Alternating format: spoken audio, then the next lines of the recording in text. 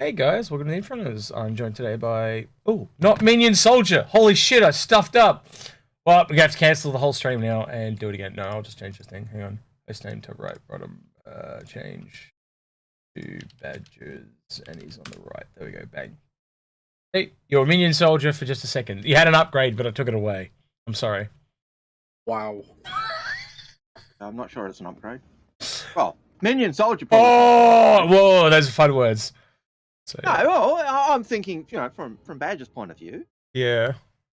it's not an upgrade to be called someone else, is it? Rather be yourself. I don't know. What if you were like someone like Brad Pitt or something like that, like a famous celebrity? That could be a big upgrade. What if you were like really rich and wealthy? Getting real sick of your shit. And we broke the adult not safe for work barrier within the first 60 seconds. All right, sorry. I just had my stream on the TV and it went really loud. Sorry. Just making sure it was live. All right. So, yeah. So we're waiting for ISC to come out. And we're going to review it and we're going to talk about it. But we do have some other things to talk about because I know Algared's very excited about the... Here's my phone. Algared's very excited. I'm excited. Speak for yourself. Where's that question stream? There it is. Yep.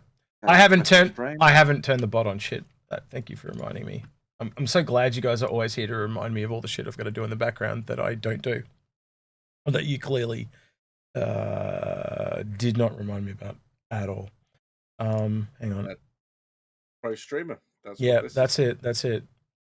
Last time I reminded you, you said you've done it. Sometimes I do, but it doesn't hurt to check. You know what I mean?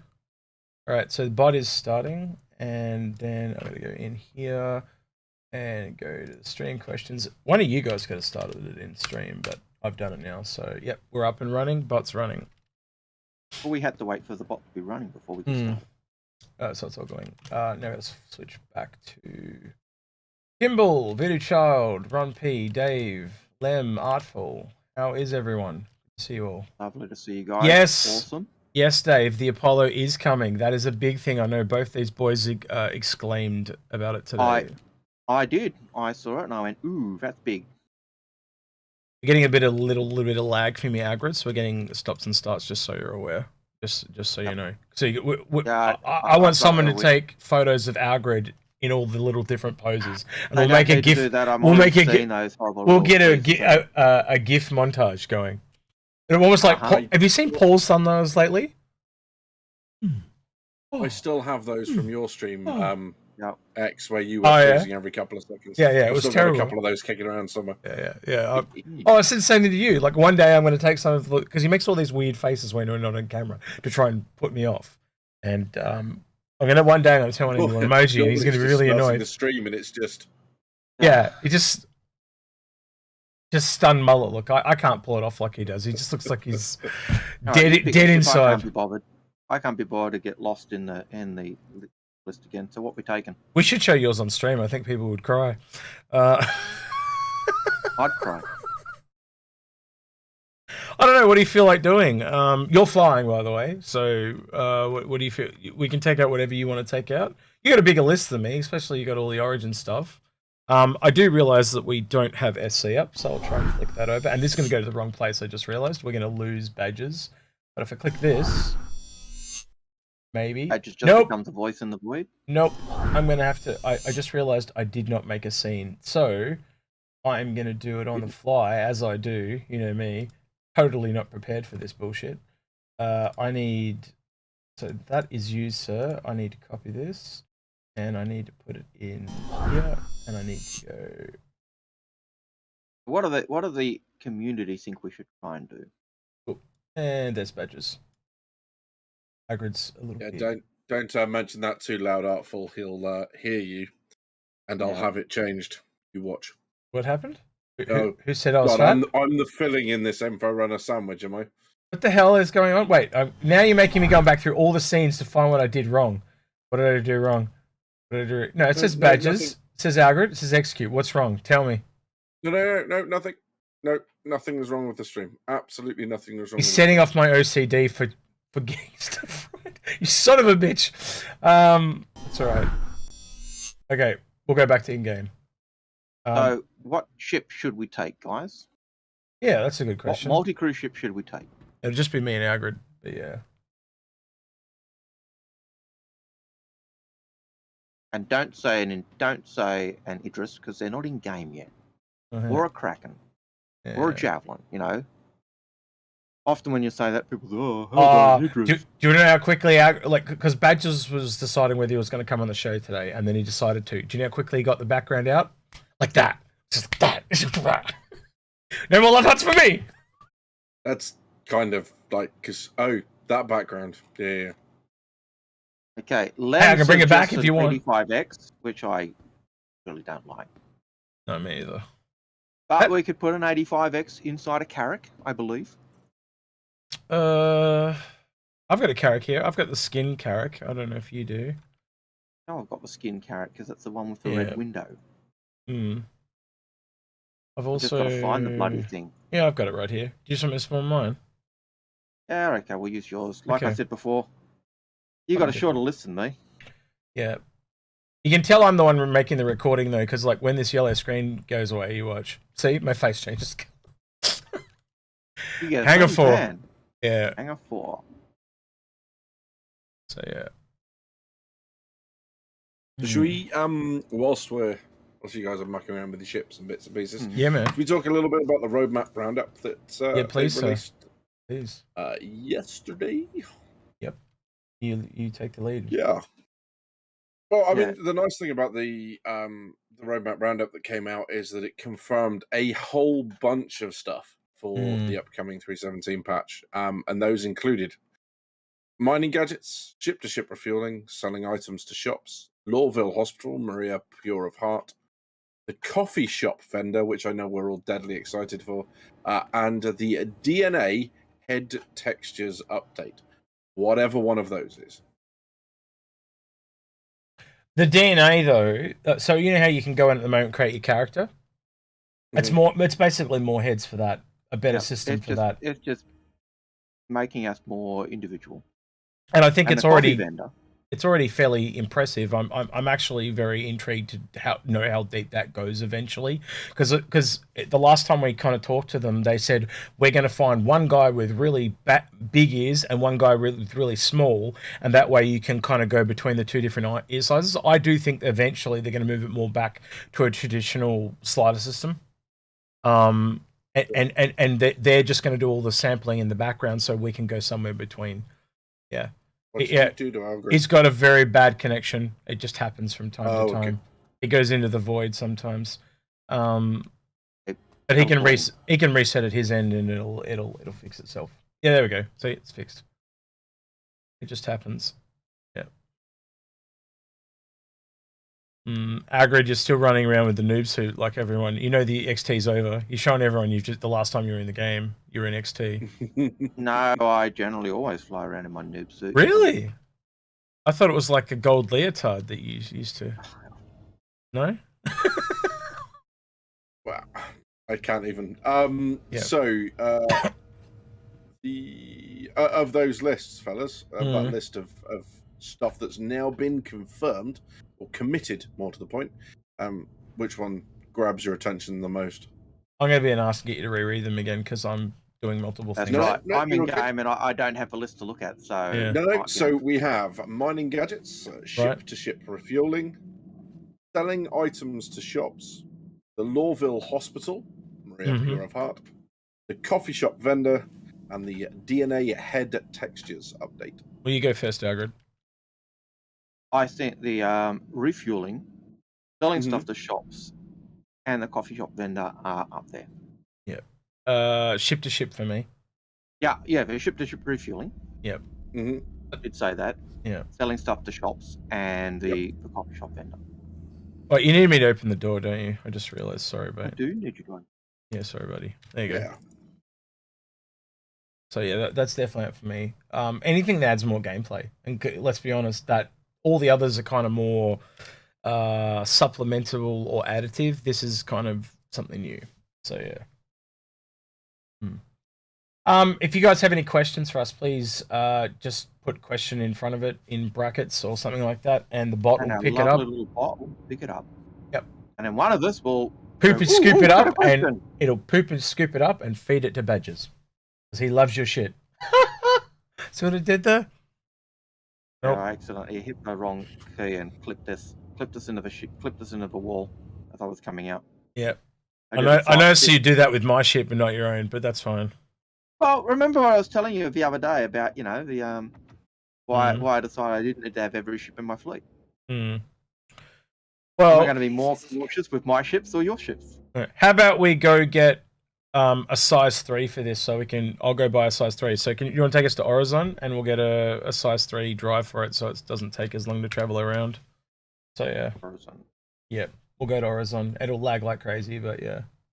I did have a bot set up to actually prompt you guys about the questions and stuff, but it just refuses to run on YouTube. I don't know why. So yeah, I'll have to look into a different bot. That's all right. I shall be your bot for this evening, sir. Thank you, sir. Oh,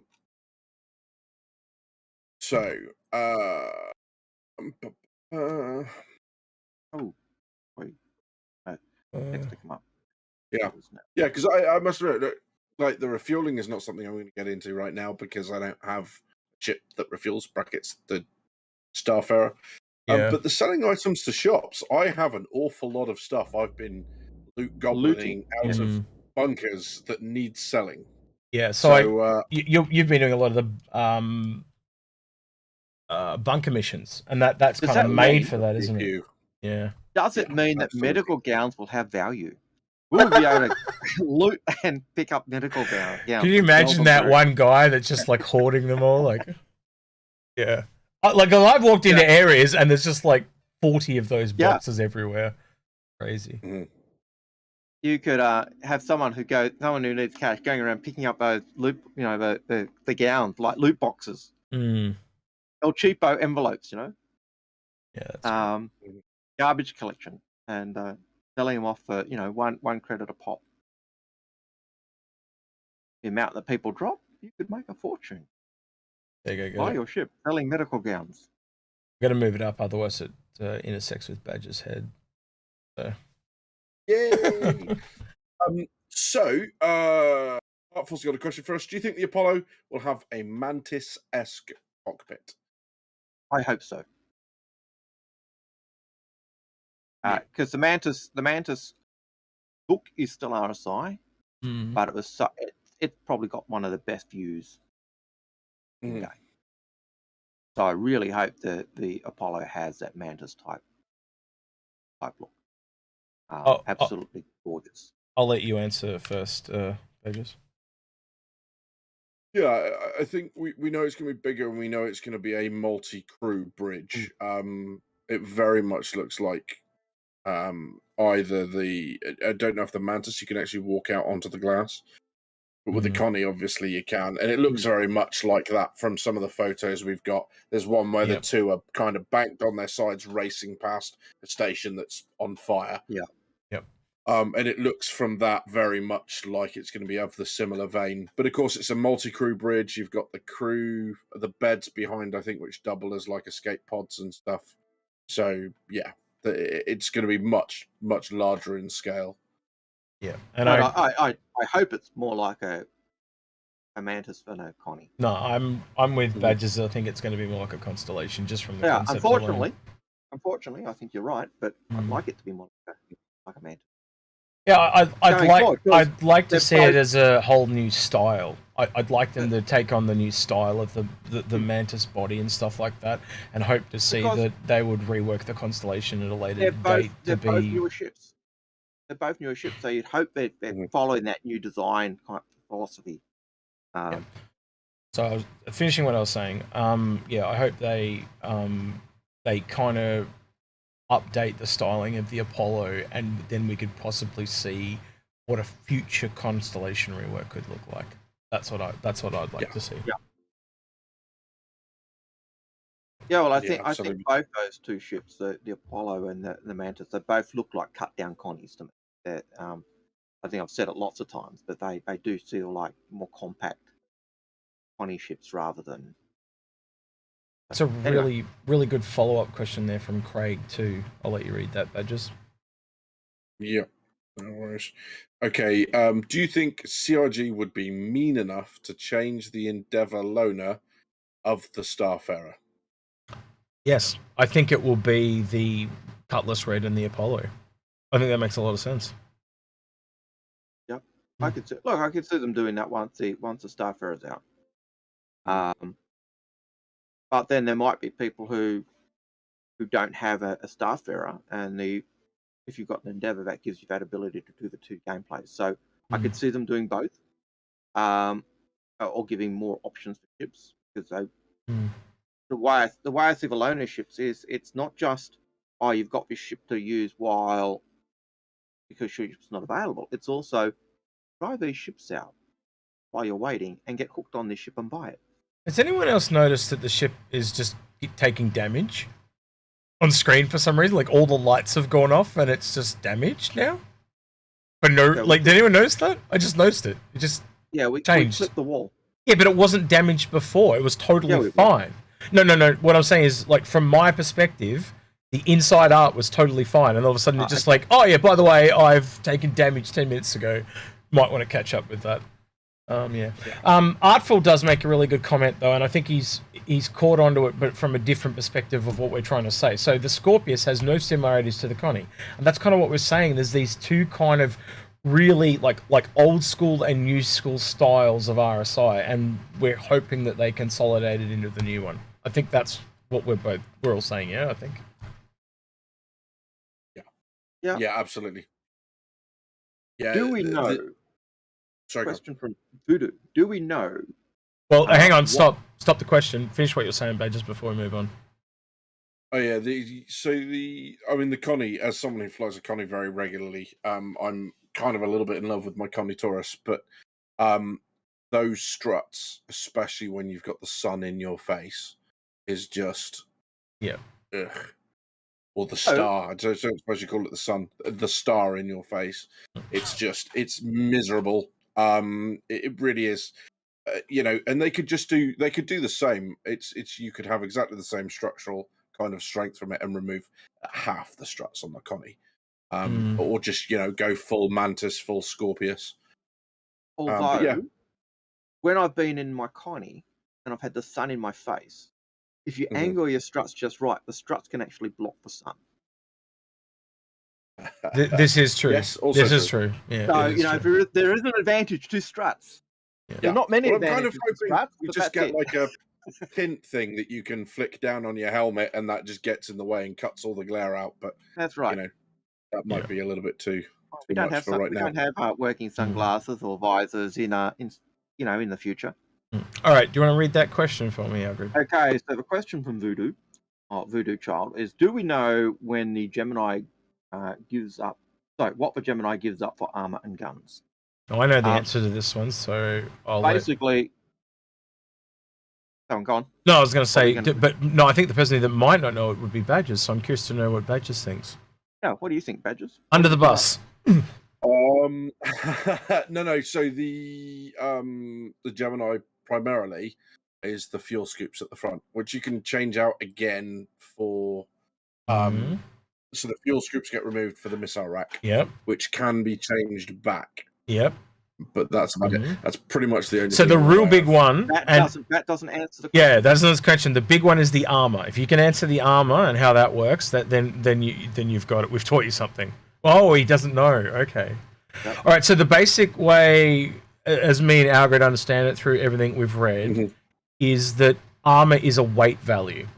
So if you were to look at, say, something like the M2 and the C2, that would be an easy way to understand it. So you can kind of strip off all the stuff, the extra stuff that's on a Starfarer, is basically when a ship has more armor, it weighs more. So when it's in space, it's exactly the same. But when it goes down to planet, if you had the same amount of cargo in a C2 and an M2, the M2 might not be able to get off the planet.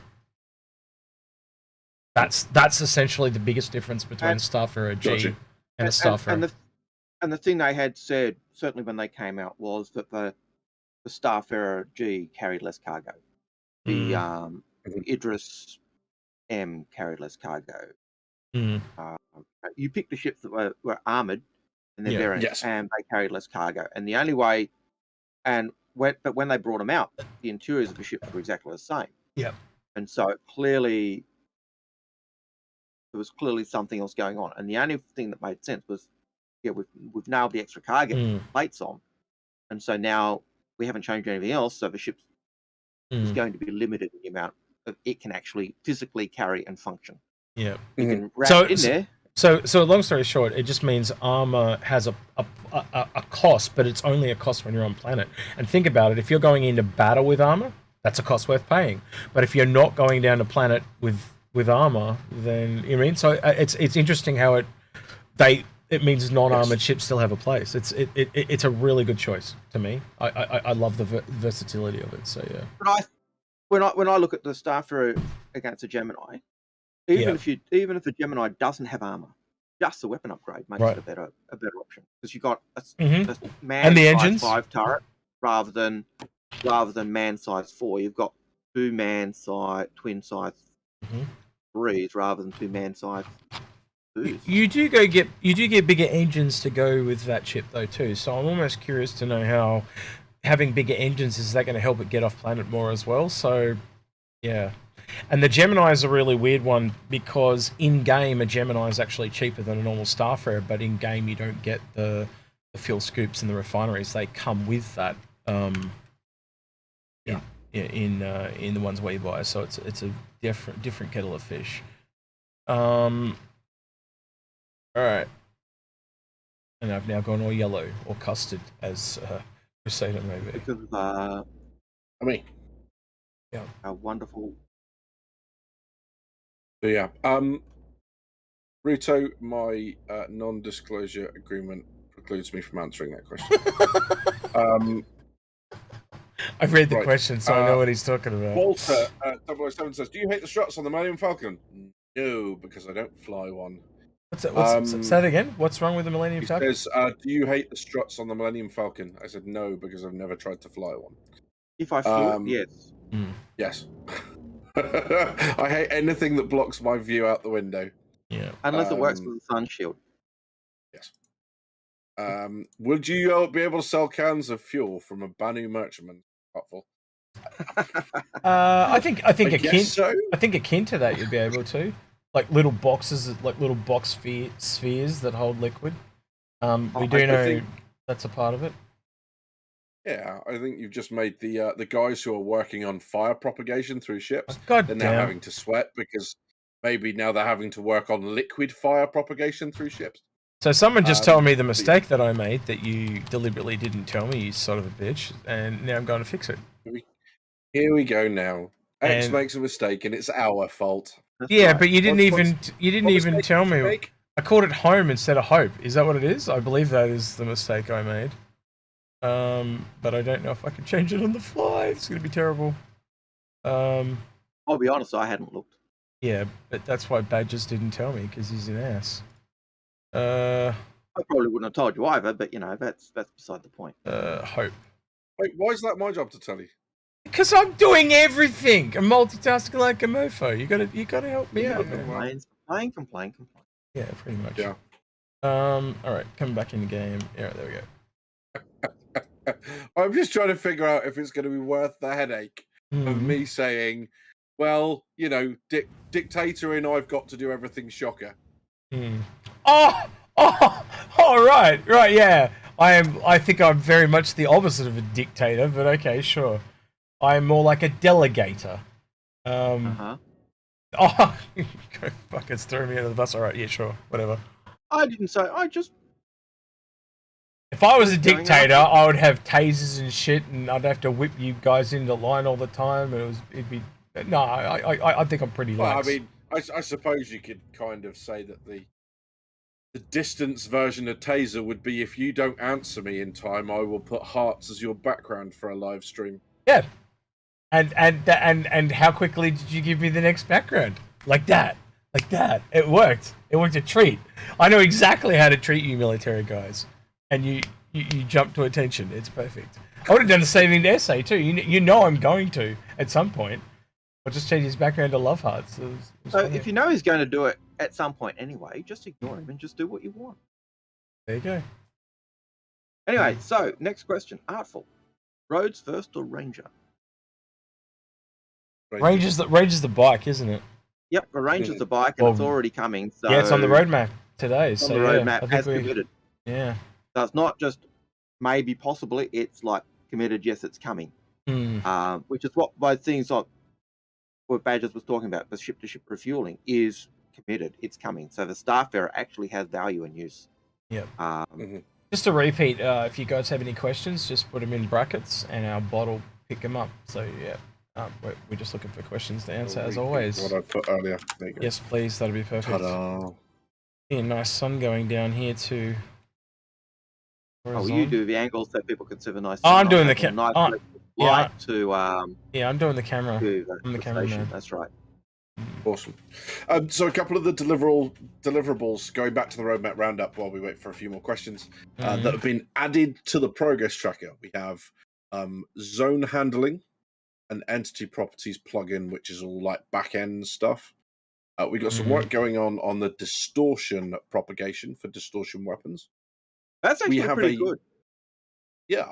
Because it's actually looking at where the distortion weapon hits is going to impact the systems around that hit location and make them not work as well. So that's pretty cool.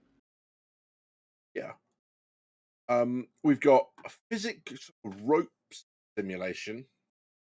And the extend the simulation algorithm of ropes, which kind of intimates that there's already one existing if you're extending it, to support ropes interacting with pulleys and improve general stability to enable the development of new gameplay mechanics. So when the cynics like me watched the Carrick commercial and went, yeah, we're never going to be climbing up big rock spires like that with ropes, turns out I was wrong. Yeah. Why were you wrong? Because if they're adding ropes, that would be the most sensible way of... That would be the most sensible use. That, or they're really bringing the bondage gameplay in, like in that ISC last week where they showed off the kidnapping icon. You know, all schoolboys need to learn how to tie knots and tie. So, ropes is a good way to learn. Ropes, nooses, ties, same thing.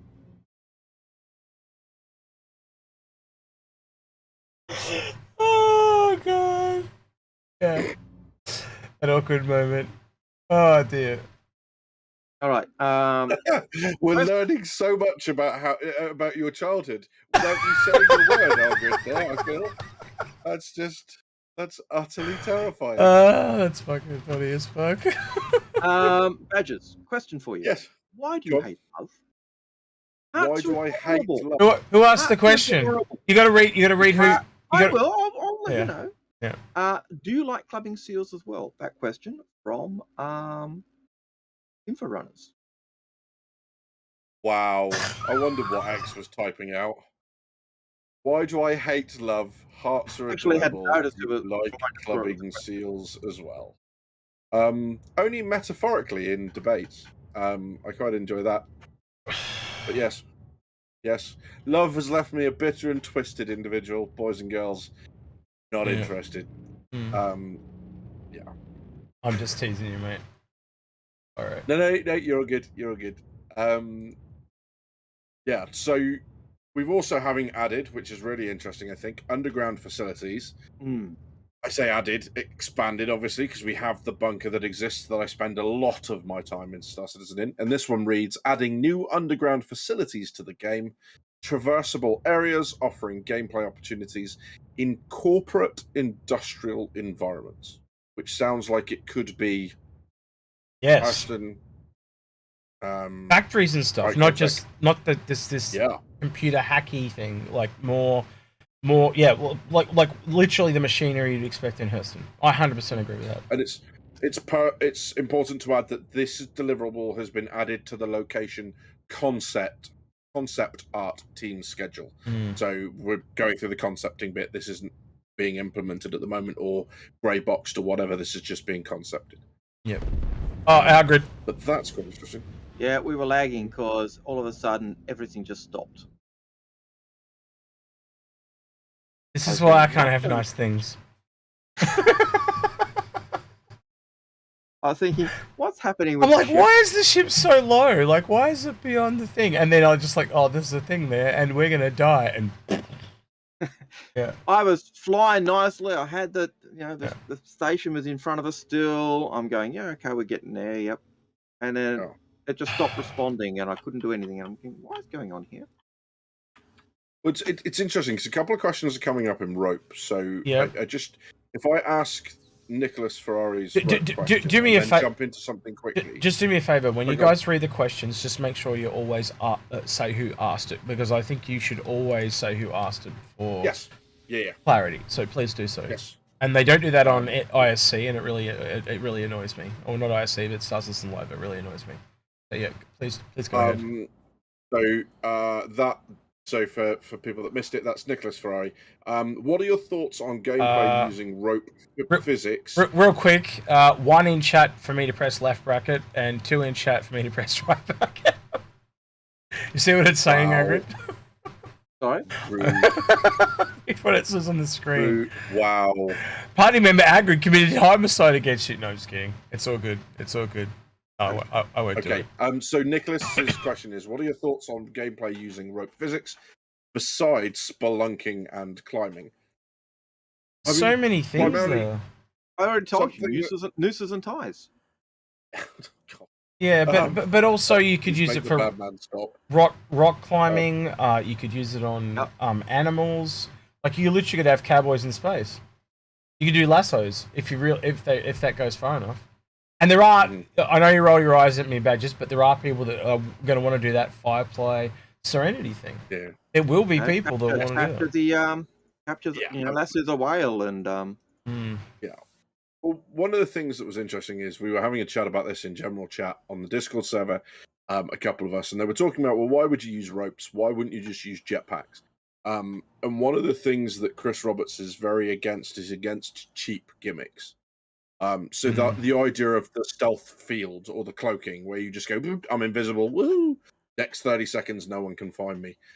He doesn't like stuff like that. And jetpacks raise the question of, well, why can't I use it in certain areas? Think about it in ArcCorp, Area 18, all the areas that you'd be able to access that you shouldn't be able to access. But the other thing is from a lore kind of immersion point of view, is all the stuff like that is A, noisy as sin, and B, will have its own energy signature.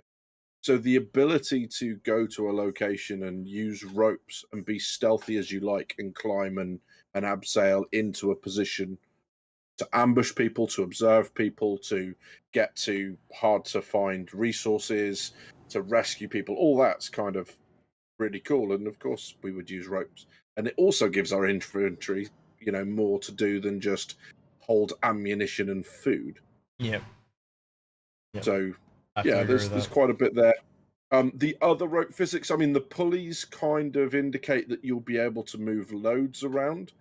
So maybe they've got a means of righting vehicles that we flip with ropes. I was going to say tow truck, but eventually you'd assume a tow truck would just use a tractor beam, wouldn't you? But certainly for a couple of players who have stood there with their Ursa rover that's on its roof, your handheld tractor beam, tractor attachments aren't going to cut it. So maybe they just rig something up and use a pulley. Yeah. Maybe it's for sling loading cargo. It's literally endless. I must admit, it is a lot less than I thought I was thinking of, because now I think about it, a lot of it would have been replaced with tractor beams and stuff.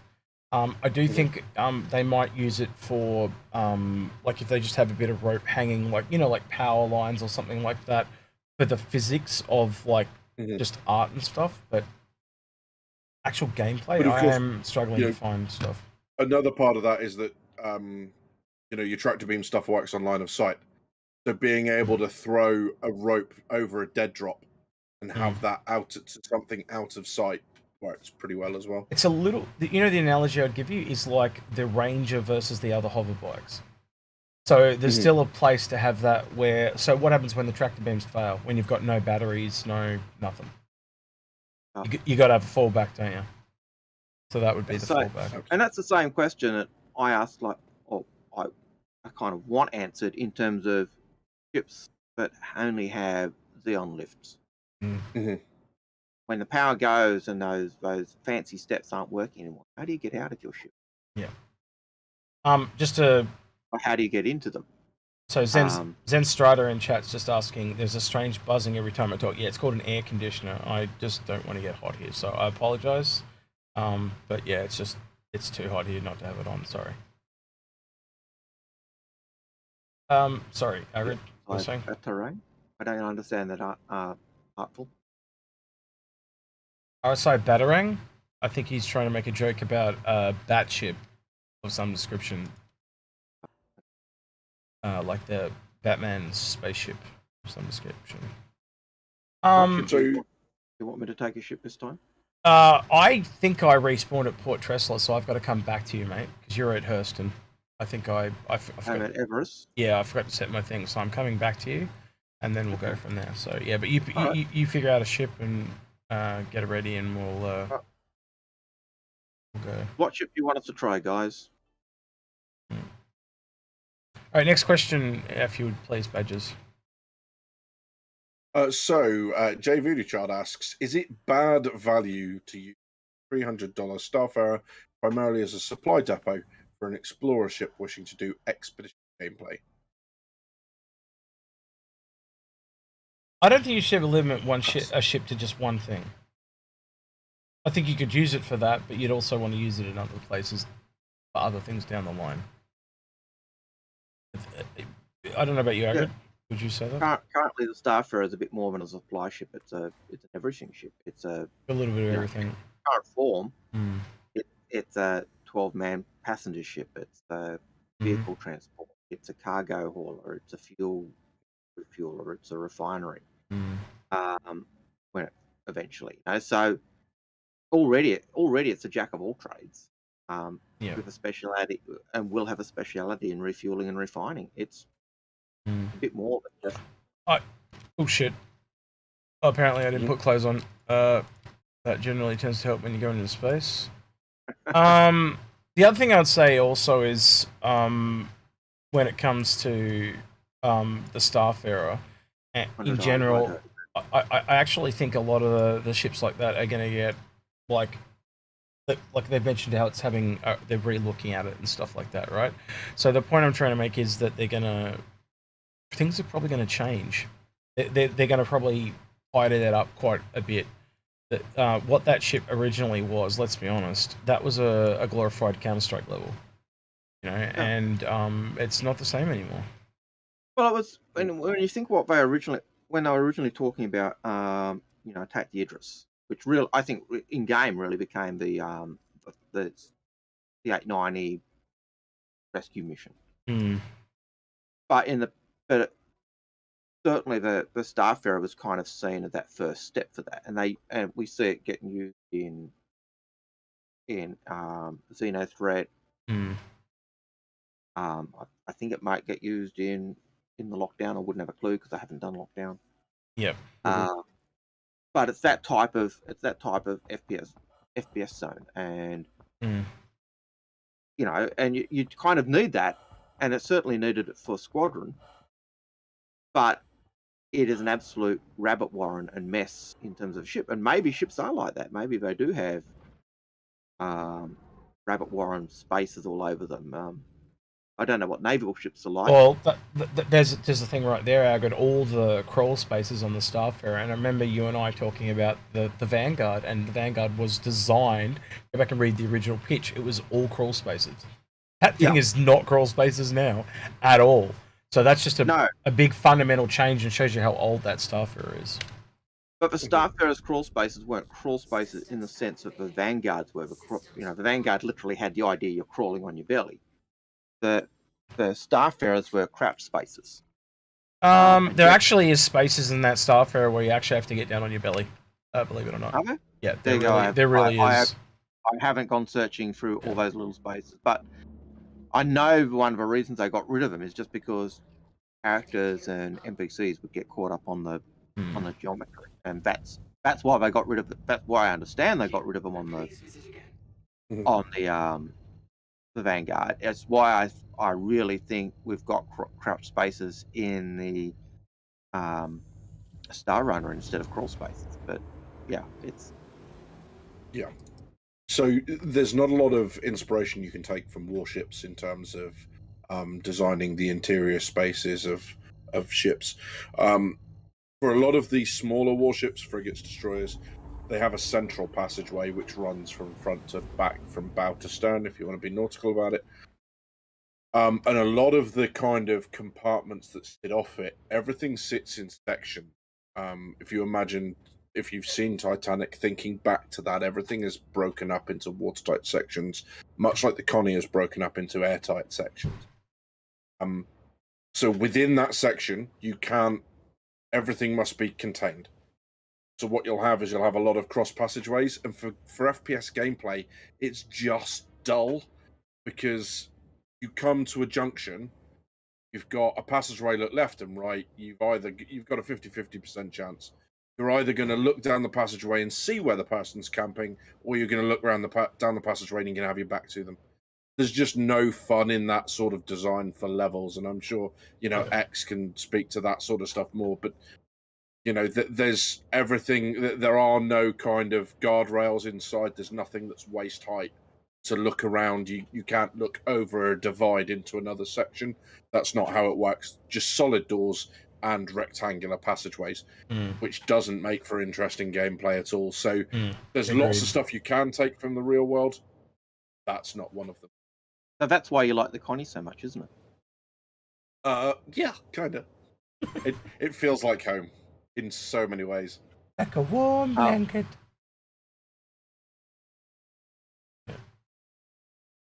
That's it. All right. So we've fallen behind on the questions bit a little. Question for you, X. Project 27 asks you, what did you name your Carrack?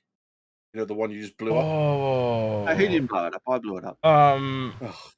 I did have a name and I changed it. I had the name I found first was Agility. That was the only name I could get that I kind of half liked, and I've changed it more recently. I'm going to go back into my account real quickly and tell you what it is. I think it's like Cold Star or Dark Star or something, which is an old. It's a reference to an old Star Wars thing, personal Star Wars thing. So it wouldn't mean much to anyone else. Hang on. I've got to set it to all ships. Hang on. Algared, how many Carracks do you have, and which one of them have names yet? I think I've got 3 or 4. They've all got names. Yeah.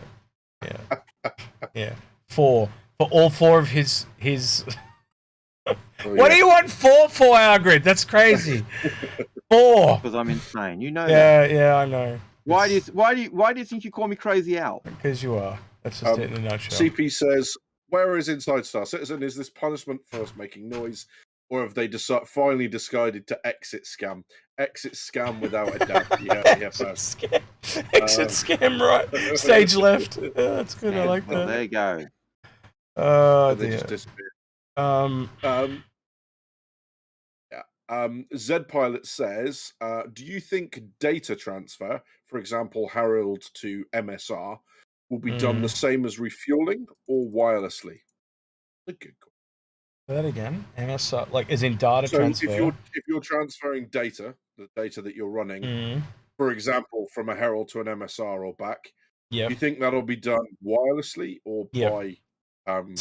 So you tell me when you think of the gameplay, but I think of the gameplay and what I think of is like Wi-Fi signals and keeping the signal strength, and even having things like people could cut the beam and steal the stuff.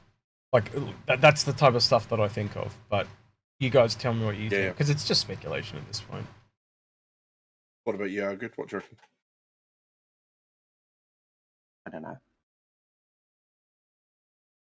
know. Short and sweet answer. I don't really know, so I can't really answer. I think it's likely to be, or I hope it will be, a mixture of both. We kind of touched on this before, but I really hope data is something. It is not just another commodity that means nothing to us. I hope that data is actually some information within the game that is useful. So, the example that I use to this is, let's say you're off and you. Can I tell you it will be? Can I tell you it will be? Because at the most basic level, let's look at the Odyssey, core samples from the Odyssey. Look at the data that all the explorers are going to collect. Like, this is where someone's base is. This is where a good ore sample is. So just that alone tells me it's going to be important. So, for example, let's say you've got a station, you've got an org, and they have an org map, which is updated with whatever your guys bring back, your explorers bring back. Let's say you're out and you do the impossible. You find a crashed Idris or something that you're going to restore, or a location of immense value to you. Yeah. You've got two things you can do with that bit of information. You can either transmit it and risk it being intercepted wirelessly, or you can run it and risk having the data runner itself intercepted. Or try running it yourself and have someone beat you to the punch by wirelessly transmitting it quicker than you get there. Well, because of course you need that location. So if you look at the moment, we've got no coordinate system. If they continue that, what you could have is you could create a coordinate, but in order for your rest of your org to know where that location is, you have to get that data to them. And that's what I mean by having data actually mean something. Oh, so not just convey it through Discord, that's what you mean. Yeah, exactly. Yeah, because if you've got no coordinate system, there's no way to relay it through Discord. Yep, exactly. So yeah, and making things like that. So that would be really cool. But I kind of hope both. I hope that, less chance of being intercepted wirelessly if you transmit it from person to person, but then you run the risk of pirates and people coming after you and, espionage and all that sort of stuff. Doesn't make a lot of sense though if you don't actually have a coordinate system. That would actually be really cool. So the only way you can actually get it is from a beacon in game. That makes a lot of sense. Yeah, and then all of a sudden, data's really important. And at the end of the day, it's not just another commodity. And there's some law reason, like it's too complicated for like space is too big that they can't actually do a coordinate system or something like that. They can make up a law reason. But yeah, I get you. Yeah, that makes a lot of sense. We need to use the comm stations to pass information. It's that part of that idea of Chris not wanting things to be just instant. It's got to have those things that make you do stuff. I actually think that's one of the things that frustrates me in a sense with all the gimmicky Xeon tech, the Xeon lifts and ships and Xeon landing, the Xeon Gravlev landing gear and the Xeon this and that. In a sense, it's gimmicky because you don't. If I have Xeon Gravlev technology, I don't need to worry about landing gear. I don't need to worry about all the levers and stuff. If I've got Xeon lifts, I don't need to have the machinery in there. Yeah, make it work as well. So it's kind of a shift away from that idea of things being real and being more magic. So yeah, absolutely. This is really weird. I can't find the Carrack anywhere on my account. I've even turned off the Star Explorer and it's still not coming up. It's like some weird bug, like the Carrack's not even on my ship list. I'm getting really freaked out, like there's something actually wrong with my account. So just while you're here in the background, I'm just stressing more. Salute. Question about the Starfarer. Because we'll have refueling implemented, do you think the Predge price will change? What do you reckon? I have to compare that to what we already know and say no. But never say never with CIG. Like, the thing that we would all agree on is the only thing they're consistent on is how inconsistent they are. So yeah, that's a tough one. But you would want to think that it's been in the game as long as it has, and you've been able to fly for ages. And I don't think it's any more than $350. Do you? Like, I look at the Reclaimer at $400. I just don't see it. Yep. I would have to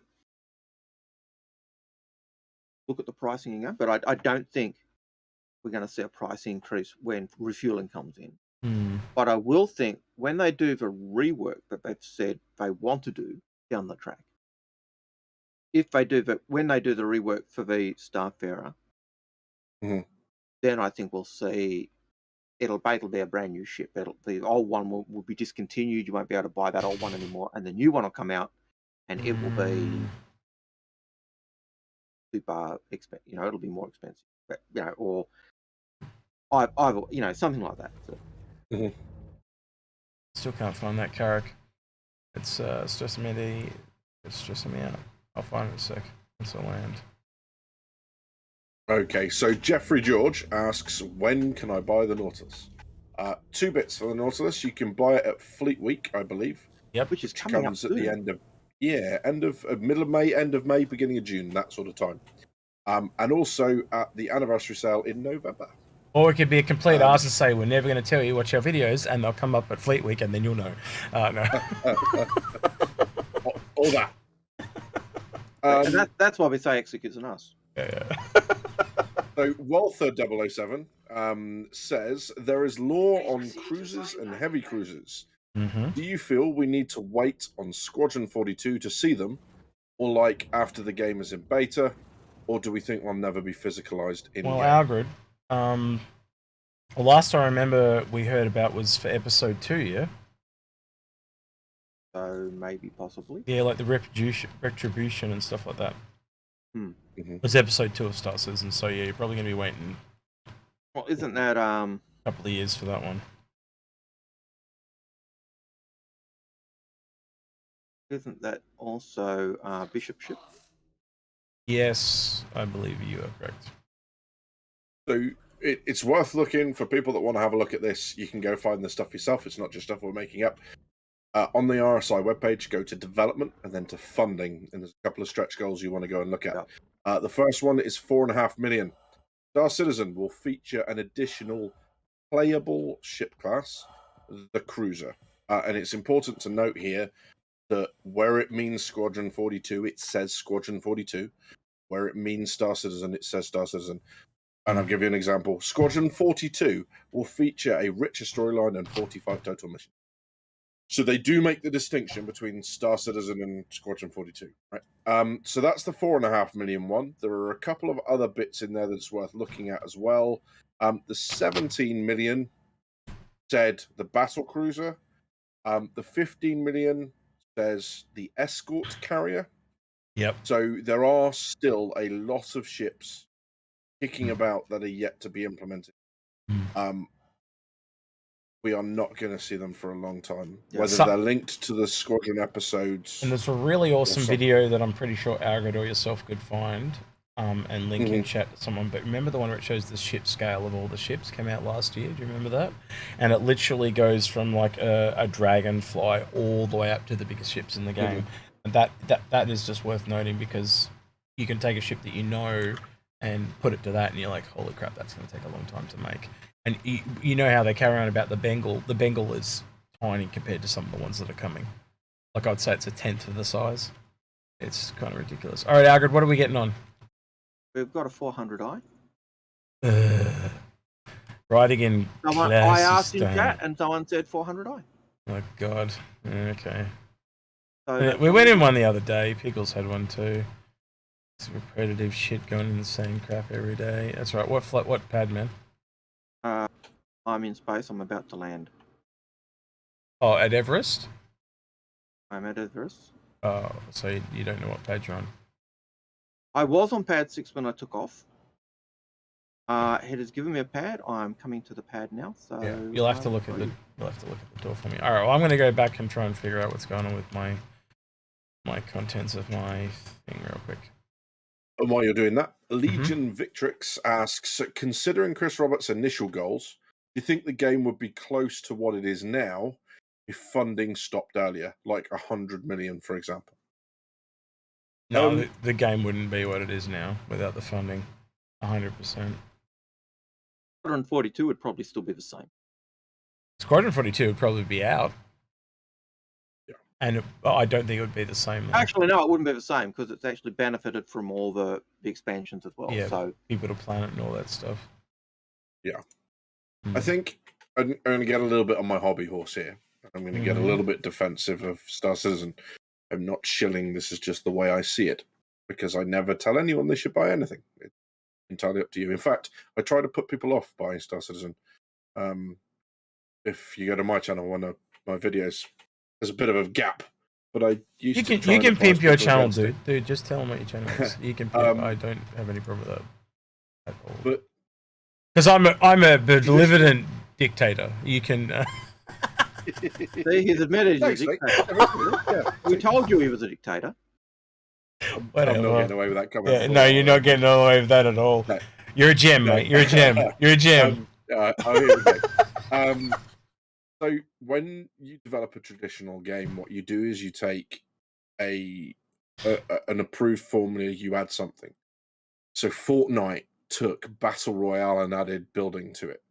Look at Battle Royale itself. It was a mod of an existing game. All of the modern warfare games, the Call of Duty games, took an existing genre and have added something to it. Sometimes that's just been better graphics. All right. They've not really improved anything. What Star Citizen's doing now is something very, very... Sorry, do you guys need to coordinate before I carry on with my rant? I just want to show something while you're talking. That's okay. I'm probably going to go to the wrong screen here, and I'm going to lose you, and I apologize for that. But I just wanted to show real quickly. This is what I called my... I found it. This is what I've called my character, the person they asked. It's literally called Cold Star. That's all I've called it. Nice. And that's a Star Wars reference. So a lot of the stuff in Star Wars is like the Death Star, or something that's not possible, or a juxtaposition. Like it's almost like saying purple rain, or orange grass, or something like that. So yeah, a cold star is a dead star. It's similar to that, but yeah, it doesn't really matter. Anyway, that is Pad 6. Pad 6.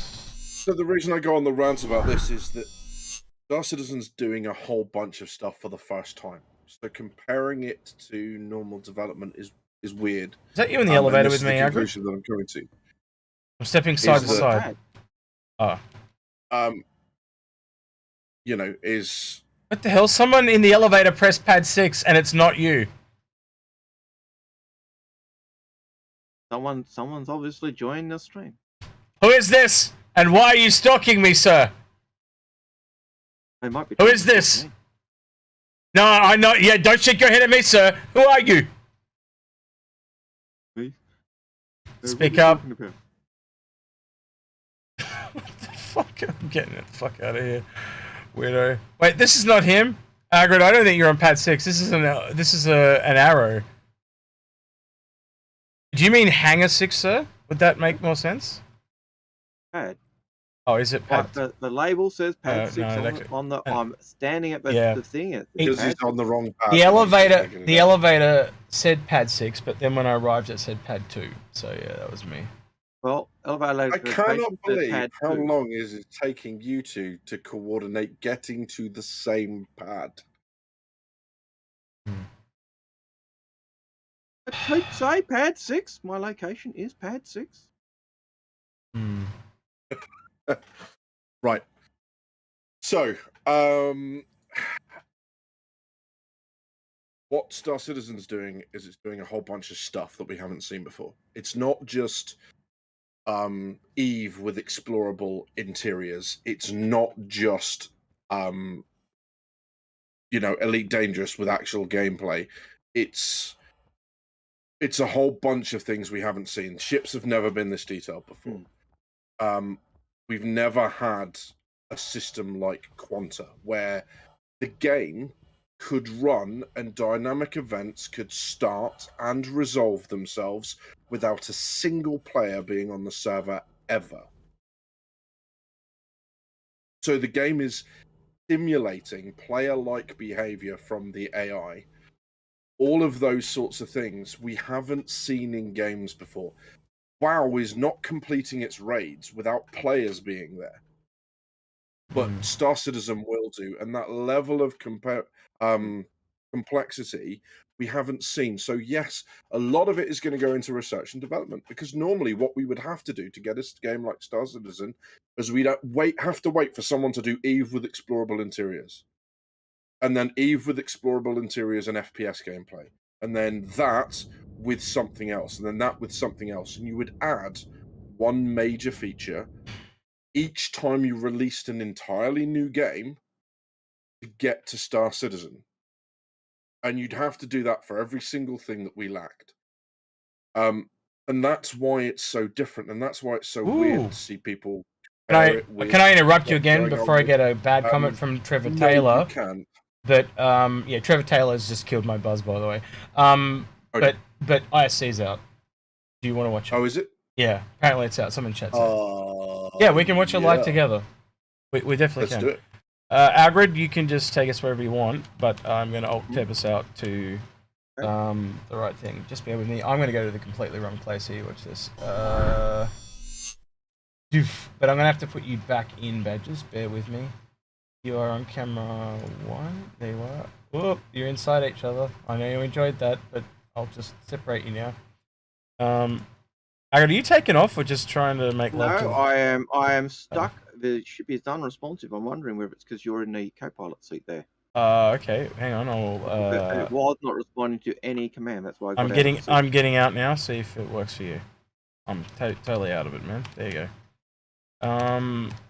Right, back to this. I got to reset this. We got to go to YouTube. We got to go to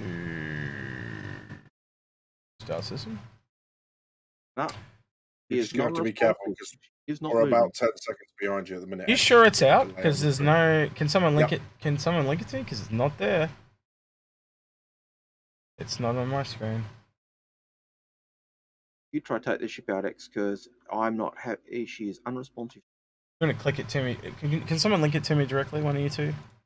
I'm just sending it to you in Discord, mate. Alright, cool. Thank you, sir. Oh, there it is. Alright. Opening it now. Alright, I'll pause that for a second. Just trying to help Algared with this. Oh shit, no, I won't. It's playing on its own. No, stop! The DNS system is already... This episode is not ready yet. Yes, they're speaking to me in French, huh? Alright, hang on. And I really should change back to this screen so people can see what the hell I'm doing.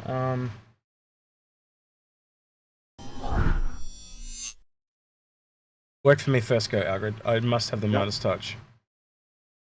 It was frozen. It wouldn't do any actions at all. Yep, I'll get out for you, and you can take care of it now.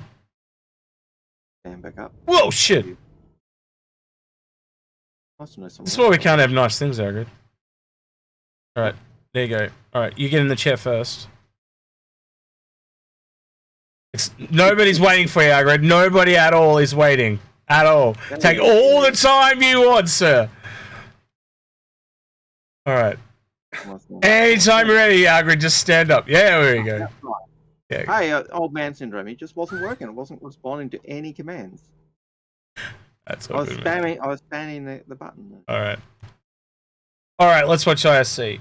Here we go. I'm gonna flick it back over. What are we on? We are on this one.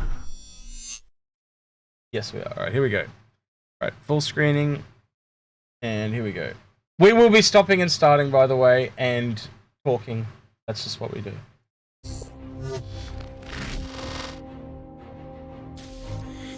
The DNS system is already pretty sophisticated.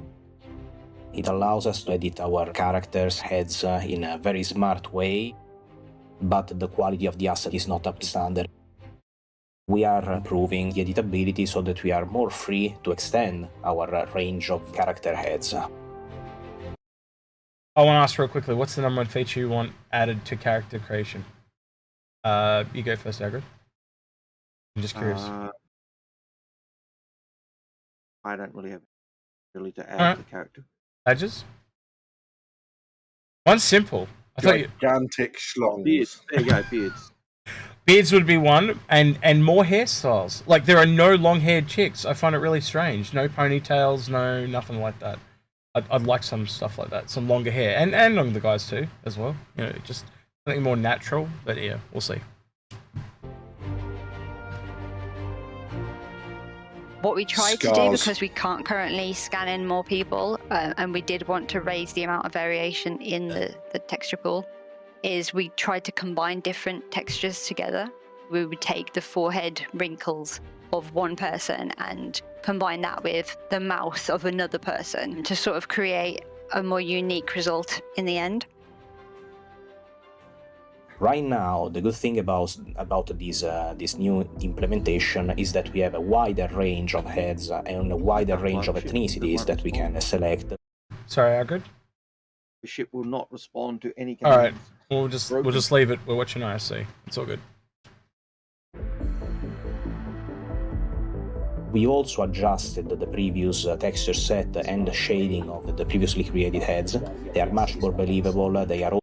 Algared, we can hear the sound coming back, Algared. You got speakers on?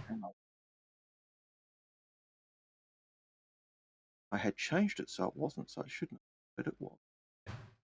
Oh, good. Here we go again. Also sharper in details.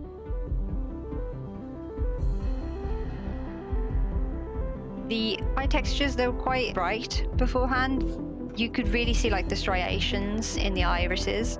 And we kind of wanted to get a base set of textures that looked a bit more realistic. The new eye, it is including a new eye wetness that is gonna create a better blending between the eyeball and the head and the eyelids nearby it, giving the highlight a more realistic reflection. That's nice. The way that it reacts to light, it creates a way of transitioning of the light over the eyeball that is more believable.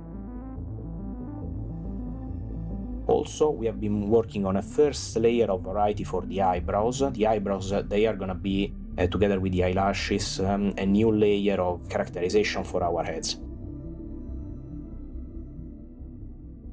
Altogether, it is a significant improvement, and it all goes in a pool where every feature is actually swappable one from another, giving you the possibility to characterize your character even more in depth. Definitely some new heads there. Looking at the future, there's plenty of features that we will want to improve even more, and some even replace from what they are right now. So after 3.17, we will commit to inflate the amount of hairstyle that we have right now. And so many other details like freckles, moles, scars, and even the makeup may be something that we will want to adapt as a separate layer of complexity, so that you may reach out an even more complex level of characterization for your own avatar. The stars. Well, that's what you wanted. Edges, you got what you want. Scars. Was that you or someone else in chat said that? That was me. It was me. Alright. It might have been said in chat, but that wasn't what triggered it. So, The badge wanted. someone in chat said they want a boob slider. Long slider. No, I because think when you're doing stuff like Death of a Spaceman and you're making that kind of experienced character, you need something to show when your character's been beat up. And, you know, they've said we're getting prosthetics and we're potentially getting all that sort of stuff. But, you know, to have that and then not have some sort of scar system would be really, really weird. Makes me, now The only thing... Now you've brought it up, I was just going to say black eyes and stuff like that, and blood noses and stuff like that. That's got to be a thing too, surely, based on just what you just said. if you've just been beaten up, you know, you go to the med bay and you've got your arm in a sling and a black eye and a bleeding nose, or Yeah.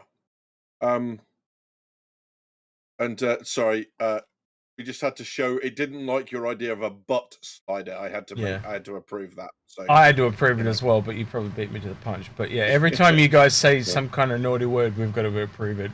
it'll be really interesting to see if the scars happen as part of the injury thing, or whether you're actually able to select that, like you get the old scar down the face sort of thing, or whether that's actually going to be part of the injury system. Imagine if it was almost procedural where you could just like draw a line, or even a jagged line, and then it just like makes the scar to fit. That'd be kind of cool. I'd love that. That'd be nice if you could actually put the scars where you want. Like, one of the things I always get frustrated with games is, and if you're always weird, funky thing. And if your org leader was actually a dictator, you could like, and his name's Fred, you could make it so everyone in his org has to have the letter F on their head. You could do that though, like, you know what I'm saying? Like, and you could make your own cosplay stuff. Everyone needs to have a H. Yeah, H, yes, from if Red Dwarf. all of a sudden Algared and I have .exe on our foreheads, you know that our dictator is no longer so benevolent. Yeah, okay. Right. Keep that. We will come back to this in 5 or 6 years' time, and you'll see that I'm not. Yeah. All right. Let's listen to Dan Disco Ramble. Here we go. Oh, or not. Here we go. Citizen character creator is at the center of your ability to express yourself in the persistent universe. And these updates that are coming in Alpha 3.17 are just the next step in allowing everyone to one day create an avatar that is truly representative of the player underneath. And up next, we move from the human-controlled to the AI-operated with an update on planetary nav mesh, the technology that looks to unlock NPCs from their static locations and allow them to travel surface-side in much the same way you do. What we currently have in Star Citizen is a lot of really cool environment, but okay, I gotta ask, where the hell is that shot from? Because I don't know this place. Does anyone know this? Behind you. Yeah, hang on, but I don't know this place.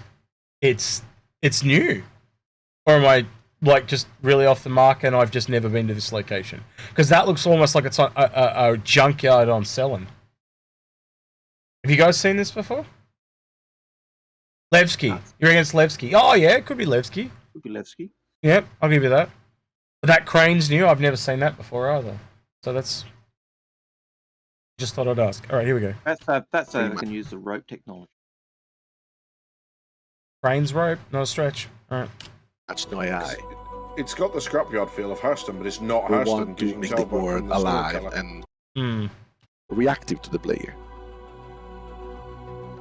What we are building right now is the planetary navigation tech that is an extension of our current system to be able to have AI finally on the planets.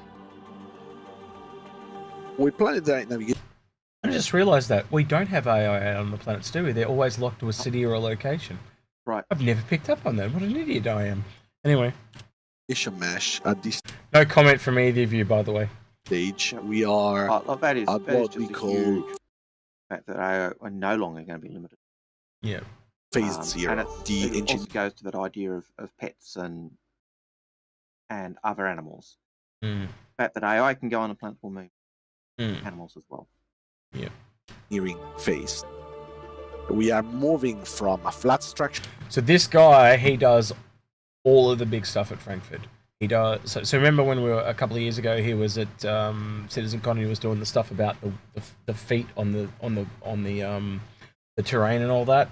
He actually did a lot of the DNA talks and as stuff on the heads and stuff like that, and all the stuff. So he does a lot of the how the characters move in the world stuff, and so he's a very clever man. The navigation mesh, where we assume that the environment is flat, and now we are converting the information that we have about our navigation mesh tile into a curved environment. We have this generation process of the tile. We have the connection of the tile generated, connecting it with the other tiles existing in the planetary navigation mesh, and also improvements on the Pathfinder to be able to use all those tiles. That's a lot of stuff to be generated in real time.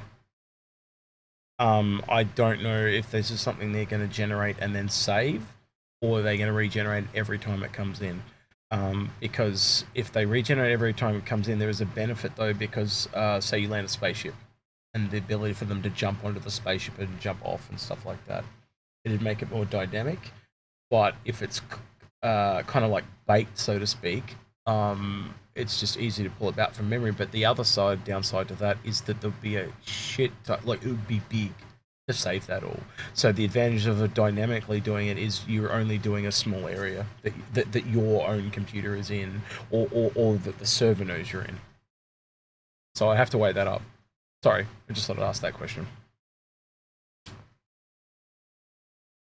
So what the AI system does is it gets this information from physics, so it gets told when specific patch are built and created, and then we use this information from physics to actually generate a very detailed nav mesh on the planet, and we try to generate it around the action that happens. So if the player lands in a location and AI are around, Real time. then of course we try to prioritize that part to give us the information that we require to actually make the gameplay happening. So the other really obvious thing I want to point out is this tells me that server mesh is coming, because they wouldn't be working on this shit if they weren't going to be putting it in, and it's not needed for Squadron 42. That is very much a Star Citizen asset. So that's a big thing. They're working on that now. That means they're planning like and what, 12 months time. So yeah, it's shit is closer than we realize. So yeah. We're doing this dynamically because our planets are too big, and at this.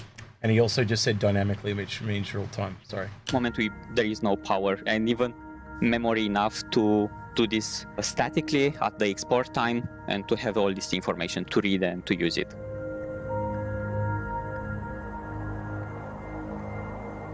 The result is basically that you are going to see NPCs walking on the terrain surface, being able to follow you because you hired them or because you some of them entered in combat with you. In the future of Star Citizen, what people will experience is an alive world where NPCs can actually roam across the planet, move freely between structures and very natural environment, where the environment is filled with fauna and animals that can actually move and, you know, use information of the environment, like feed out of the environment. Do you know what I just realized? What if we actually had these massive, big, huge battles and they're not just all humans? That there are AI there as well. Like, think of the size of the battles we could get. Can you imagine, like, Lord of the Rings style looking battles, but Star Citizen? Like, the vehicles, Ready Player One, all that stuff? Like, that could be nuts. But that could be possible with what they're saying here. Yeah. You guys got nothing to say about that? Maybe? Okay. Alright. Or, you know, drink water from a river.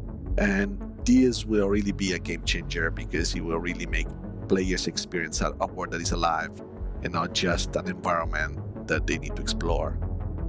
So for when it's coming, this is still... So I'm just answering a question here. T. Tanfield says, this is surely used in Squadron 42, lol. Why wouldn't it be? Because Squadron 42 is offline and Star Citizen is online. And so you're actually using the power of a server rather than a local machine. So a local machine is just your machine. You wouldn't need to do that because you could literally bake it because the levels are smaller in Squadron 42 and it's more localized to the actual machine, so you can save that data locally. When you're doing it dynamically and the server is doing it, as in it's detecting where the players are going, that's why they're doing it dynamically. So there actually are they're two different systems completely. Yeah, anyway. In discussion, but the door right now is open for possibly 318, 319 release of the first missions that might use this technology. And, you know, I'm really looking forward for people to play it. It's pretty soon. So what did we learn this week? Well, we learned that new textures, eyebrows, and eye tech are coming to the character creator in Alpha 317. That beyond this is a... There was when they were talking, if I heard the idea of even the emphasis being able to go to a river and drink and do things like that. So not only we're getting the rivers are coming as well. That's another thing that they talked about in planetary tech ages ago. And we also talked about where as rivers come, that's basically the bedrock for roads because it's basically the same tech.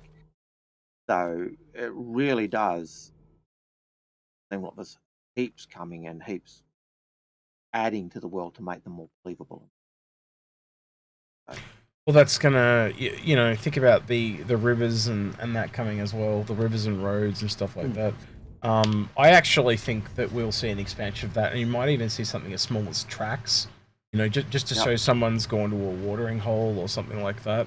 And that's all universal tech that can kind of go between different things. So yeah. Yeah.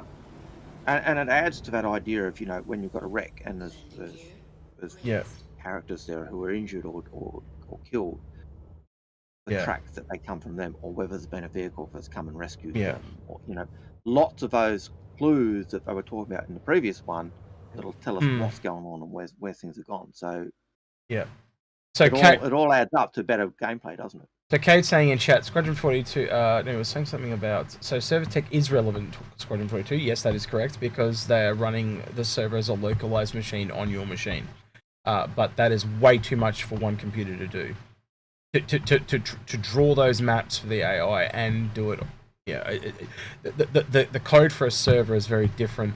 Like an Amazon server is very different to your own local machine. And that's why server meshing is like they've been working on the game. Server meshing is basically worked on last because it wasn't really needed for Squadron 42 because the server on your machine is a local server. It's a bit different. But yeah. So yeah. All right, we'll go back to the video. I started us warping, by the way.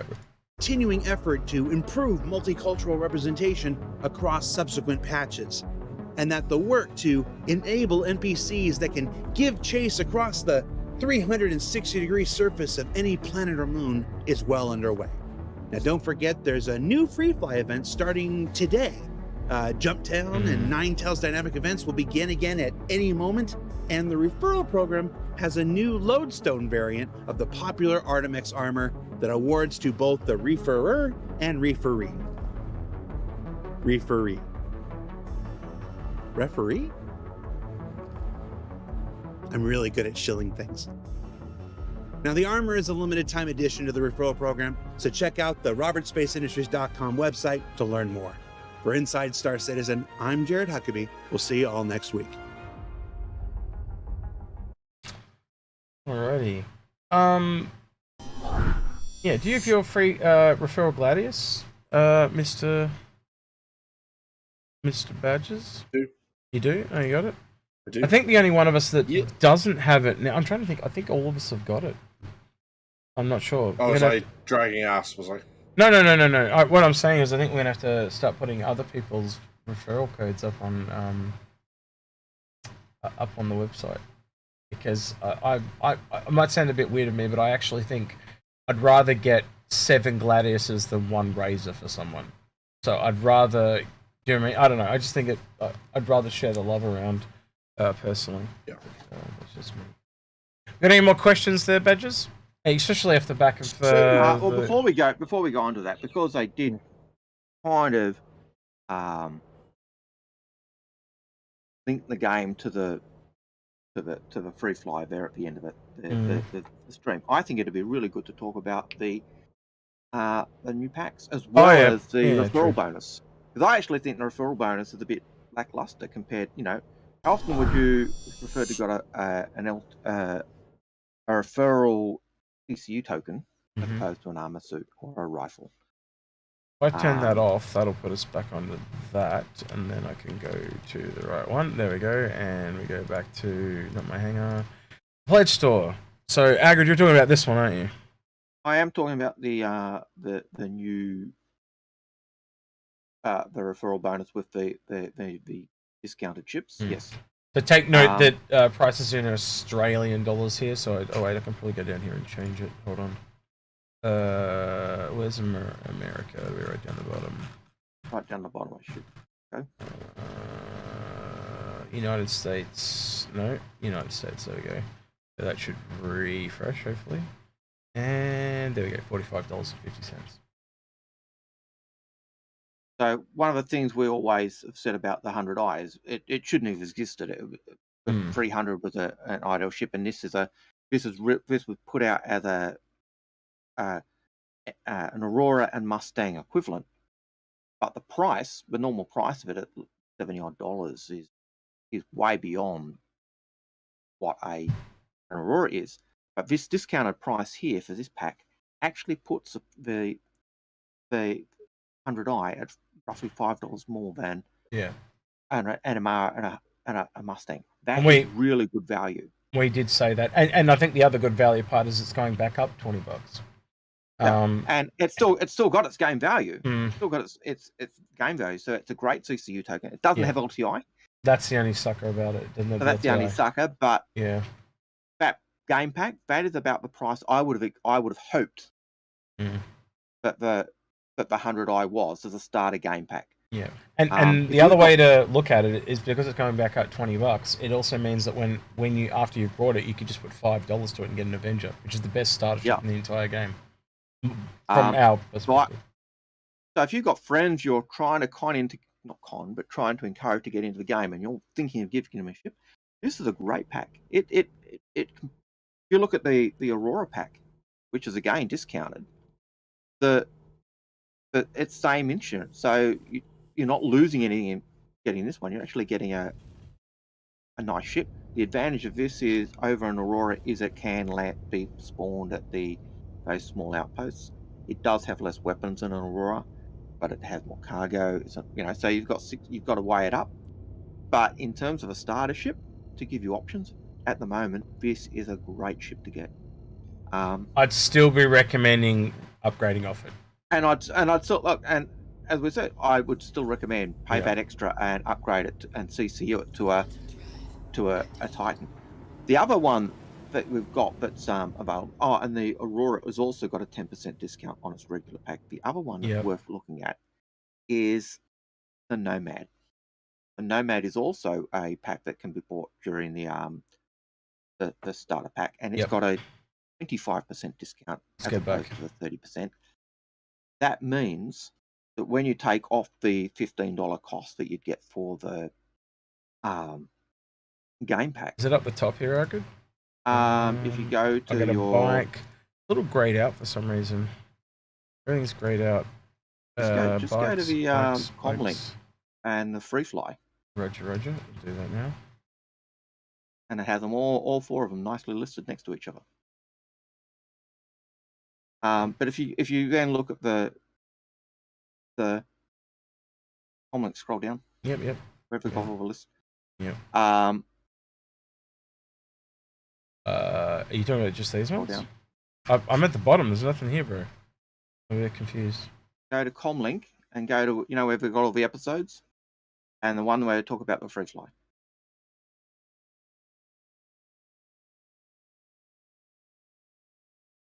Referral bonus? Is it the referral bonus one? Nope. What you're talking about? Nope. Then I can't discard starter packs. Maybe this one. Next to the starter packs. Other one. This is the it. one next to it. Oh, this is it. Yeah, this is it.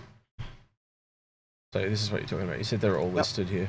So they've also got a Cutlass Black starter pack, but it's only $10 and the Cutlass off. Black is $10 off as well. But this one, so the Nomad, normally $100 to get the starter pack. It's not quite as good as the original concept one, but this at $71. If you take the $15 you're paying for the PU game pack, that's putting that down to a So just to show you how dumb their marketing team is, you look at the one that's got the biggest discount. It's this one. You buy this and then upgrade it to the Cutlass. Yeah. I don't understand why they don't make it consistent across the board. Because quite honestly, I would have the biggest discount on this and then have it go down to encourage you to spend actual more money. But they don't do that.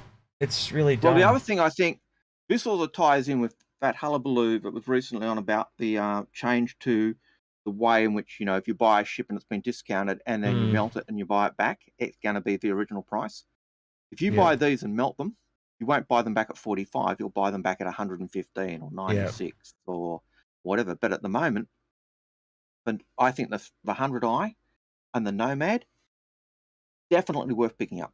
Yeah. If you're into those ships, or you're looking at encouraging someone, you want someone and someone saying, "Hey, I'm interested in a Titan," get them to get that 100i pack and CCU it up. If they're interested in a Cutlass, get the Nomad and CCU it up, or keep the Nomad. But they are real. That's good. That's good value. Now, Badges, I know you don't like to talk about money, but what do you think of those actual ships? Of the ships? Yeah. Are they upgrades for you? You'd upgrade to something else and just use the discount, or is there anything you actually like about those ships? Yeah, I think I would certainly go to a ship where you have an interior, because that is the real strength of Star Citizen ships. I mean, you can go to any game and jump into the cockpit and fly stuff around. Whether it's spaceships, whether it's planes, whatever. But going and experiencing, having the whole interior and feeling like there's something else to your ship, and starting to understand like how that's going to look, because none of it's in yet. We're waiting on all of it.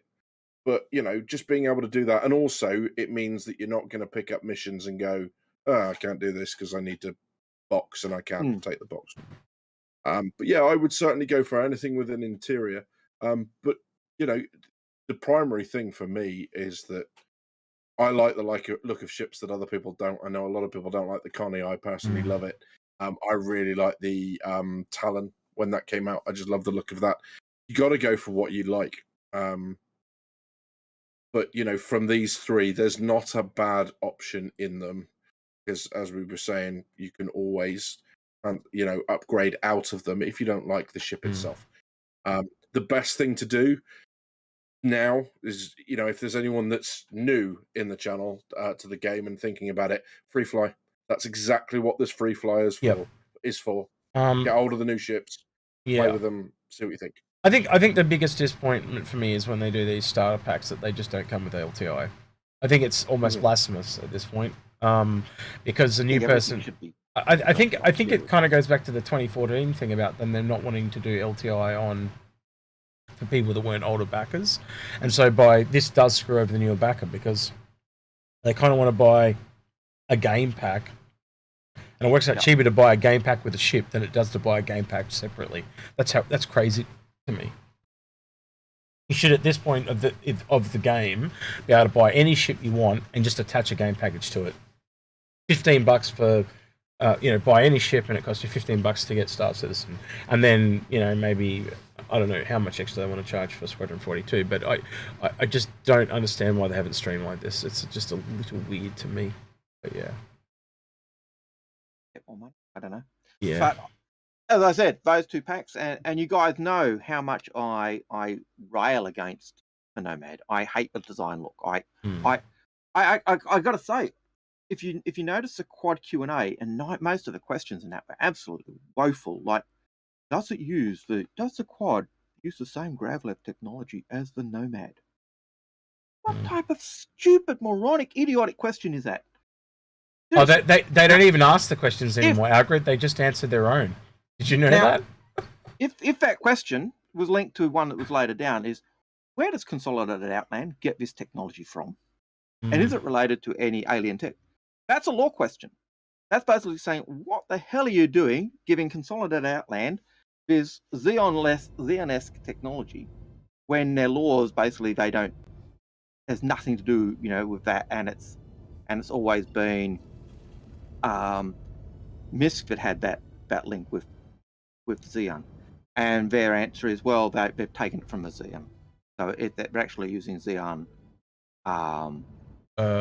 Algared technology. Yes, Algared, I have no idea where we are.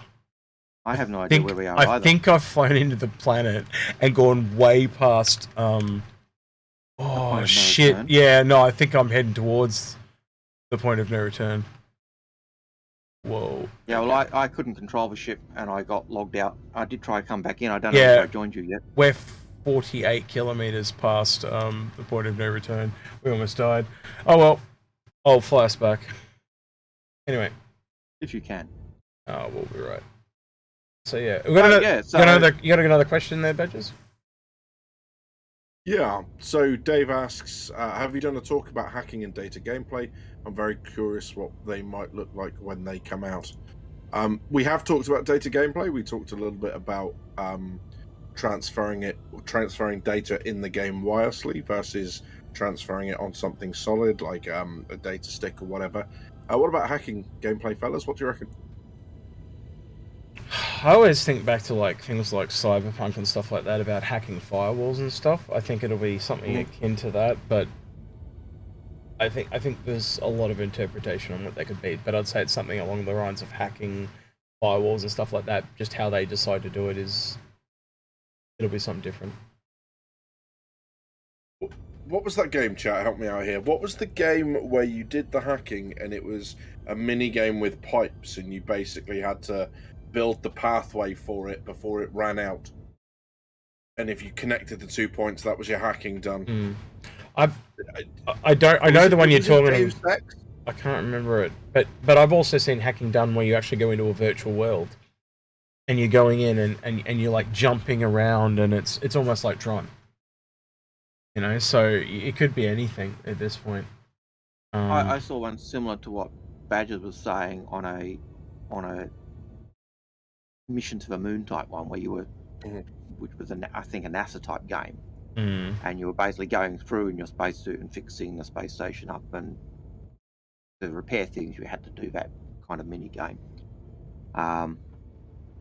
But I can't recall, and I know I've seen it elsewhere, but I can't recall what else I've seen it in. But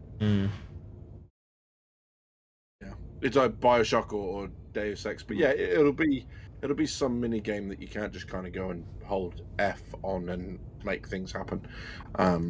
It's certainly going to be something you're going to have to concentrate on.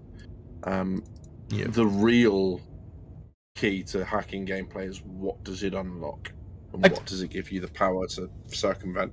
I think what you just said there too, Badges, about it being a mini game that you just can't hold F. I think at the moment, just because we don't know and there's a lot of speculation there, you could almost put that across almost every single profession. They're going to be something that you've got to have it'll be a skill-based gameplay that you can't just hold F. And look at mining, for example. You can't even just like go guess where the number is because it's so erratic. You've got to keep pressing, scrolling the mouse wheel up and down to try and keep it there. So it's very much,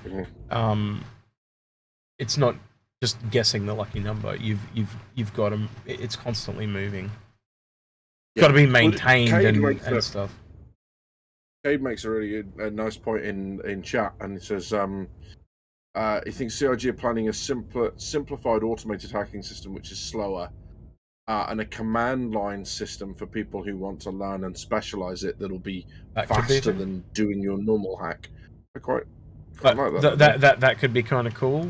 As long as it's not too advanced and it rules out the everyman. Yeah. I could see them doing that because they did talk about that type of thing with ships. You could do, you do your old R, get the ship ready and ready to go, or you could go through and turn on the individual systems and stuff. So, and the idea was, there'd be some would be quicker, some would be slower. So if I do the on system thing, like my shields take a long time to power up. If I go in different manually, I might be able to get systems that power up more quickly, but I'm, say, not powering up my engine, my weapons. I'm just powering up my engines and shields so I can get out of there quick. So it'd be nice to see that and expand on that. So yeah, those types of things with hacking would be great. Have an automated one that takes its time and is really slow, but then have one where you could actually, I don't need that one, I'll let that one go, I'll just go down this avenue. That's in line with the other stuff we've seen already too. They've mentioned that for medical and a few other things as well. So yeah.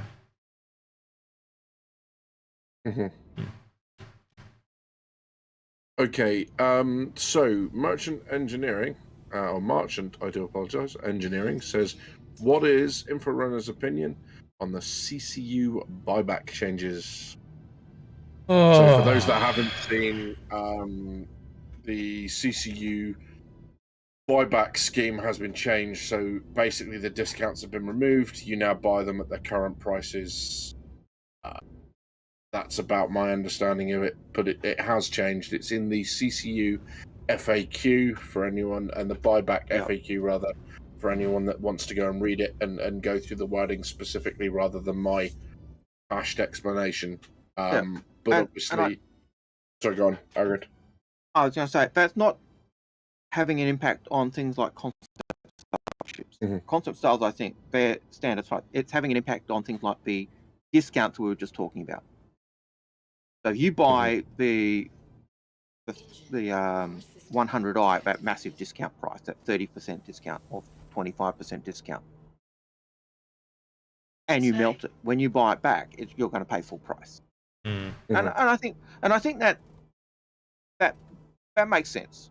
If if you buy something at the discount because just I'm going to save it, and then just melt it because I'm going to save it for later, or so I can sell it off to someone at a massive profit, which unfortunately there are people who do that. That's not really good. So I don't mind it. So Algared, you and I always have kind of told people to hold on to their CCUs for this reason.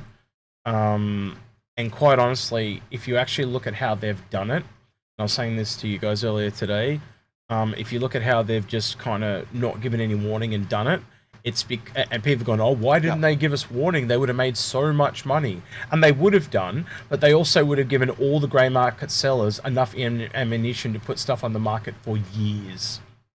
So by just cutting it off straight at the knee, the grey market will die quicker. Right? So they're actually going to make more money sooner rather than people recycling stuff that they would have been able to buy back.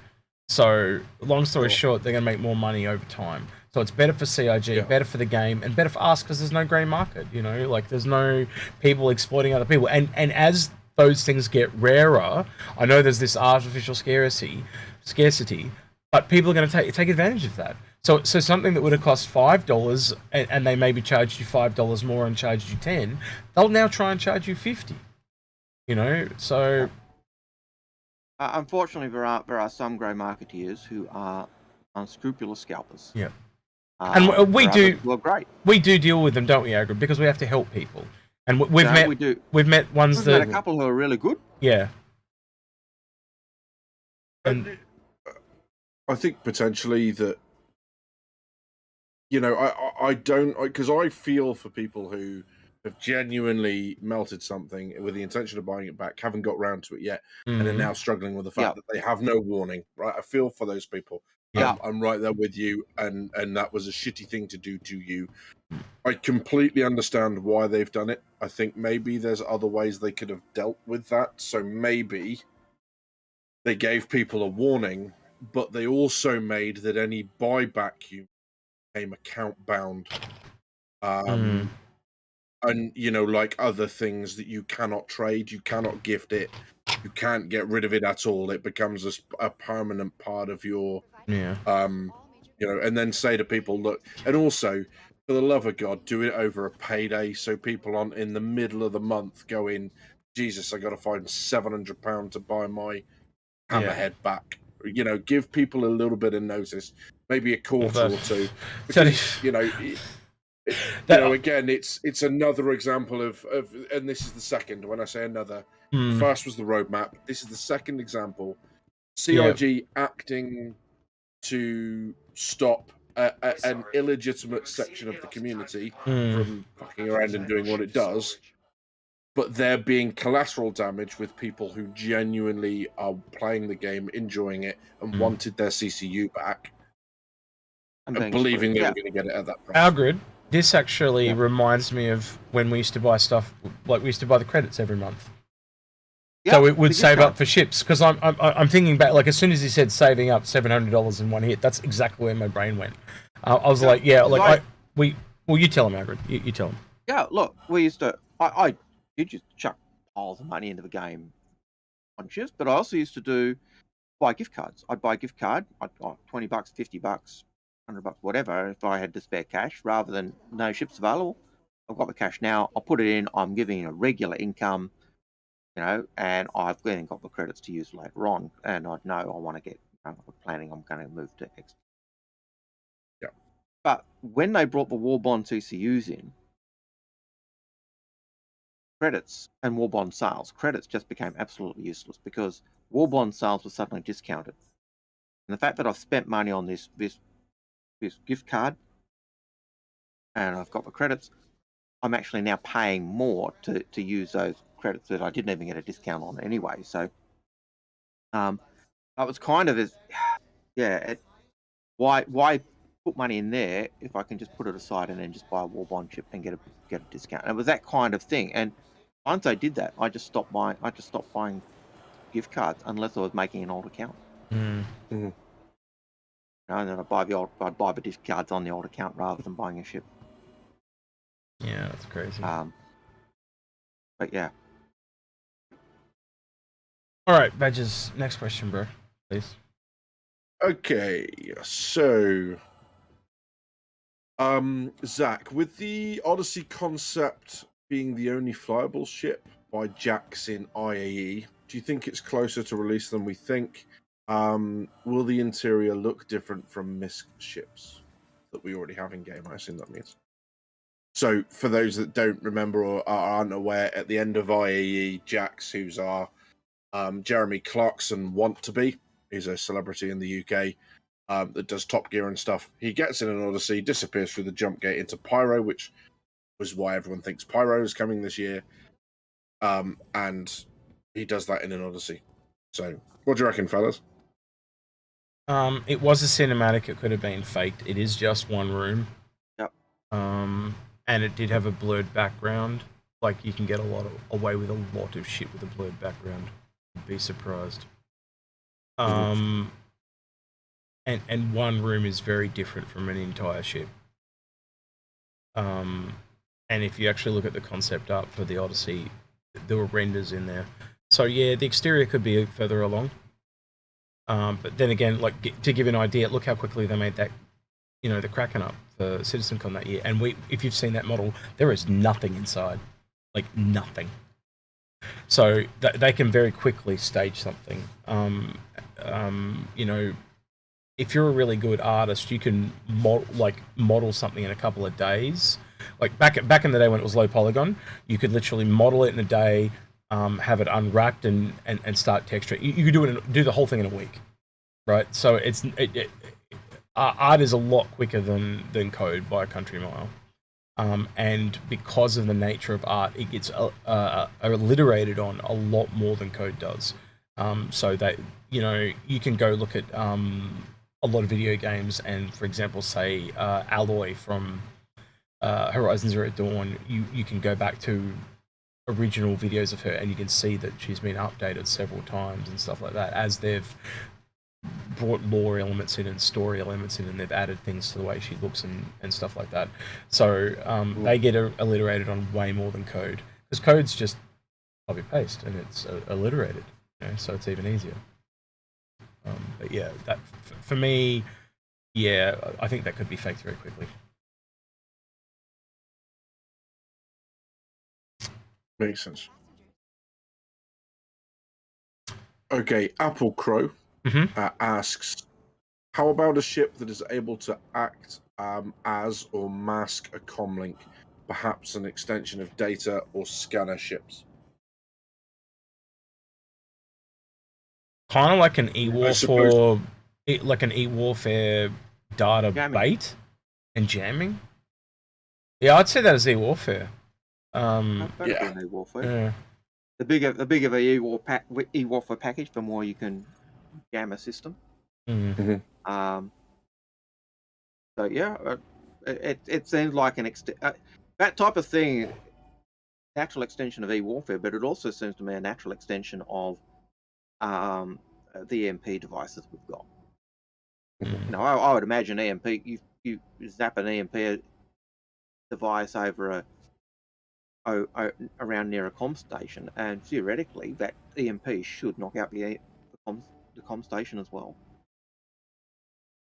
It reminds me of the very first Warlock ad, the Avenger Warlock flying over Arc Core, zapping with its EMP and blacking everything out. I can't see why our EMPs wouldn't be able to do that. Yeah, Kishkin, I've got an aircon on in the background, dude. It makes a bit of a noise, sorry, but it's really hot here. Hey Google, turn off air conditioner. Yeah, suffer like I am. Fine. Okie dokie. So the next question, Ryan King asks, do you think the Caterpillar's interior will be remodeled similarly to the interior of the Vulture? And do you think the Caterpillar will get any love this year? I actually thought that myself, because the Vulture is a big departure from the internals of the others, because it's the first kind of industrial one. But that's a lot of extra work. It really, really is a lot of work. And do you actually get gameplay for that work? No, you don't. No and yes. Well, if they're adding actual things that we're using, Algared, but they're not actually wouldn't be adding anything that you're going to use. Tell me something they're going to add that you're going to use. If they add the modules. Okay, I'll give you the modules.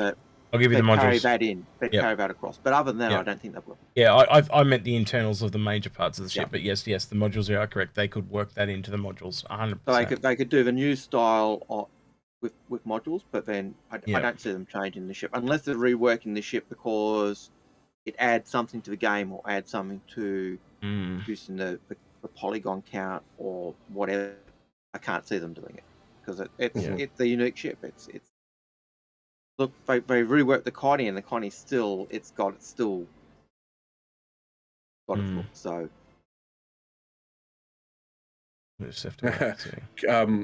X just setting off other people's Google. Sorry, sorry guys, didn't mean to do Hey, that. sometimes we've sat there when Execute's setting up, and the reason he tells us to shut up nowadays is we used to sit there and go, "Hey Google." He did it this morning. I tried talking to her 3 times, and Ari just wouldn't shut up. Shut the fuck up! But we used to sit there and go, "Hey Google, turn on the air conditioner," and his air conditioner would turn on, or his lights would turn off. Yeah. He used to hate it. Yeah. Oh, Dyson used to play some weird ass bloody songs on the thing, didn't he? He did. Yeah, like Barber Shop Quartet and stuff. Dyson used to be able to get Google to make it play music, and he was able to get the voice to trigger it all the time. Yeah. Drove Execute mad, and we loved it. I think with the Caterpillar, you might find later on that they kind of start to align some of the interior. But I think CIG are quite keen on you for knowing that when you're in a ship, you can identify what manufacturer you were in, but also you can identify the ship. Yeah. So I don't think they're going to be aligned completely. I think they're still going to want to go, this is a Caterpillar, just by standing in a corridor. You know, obviously a lot of the spaces are just unique to each ship, but I think also from the design language, the decor, if you can call it that on a Drake ship, you know, it's going to be fairly obvious what ship you're in. They might change a little bit too when we can actually change out the colors of our own interior and stuff. So you'll actually go, "This is my Argo Mole." Like you'll tell when you that's mine. I'm not in Execute's Argo Mole. I'm in my Argo Mole. Exactly. Yeah. Yeah. Absolutely. Or I'm not in the default at the very least. Yeah. Blamsmith asks, "What is your perfect Sunday?" Any that I have off because I don't have to see these ugly motherfuckers. Wow. Nice to feel the love. Has truth. No, we do most of the recordings on Sundays, so I'm stuck all day with these two. No, they're pretty good to hang out with. I could have worse Sundays. Let's put it that way.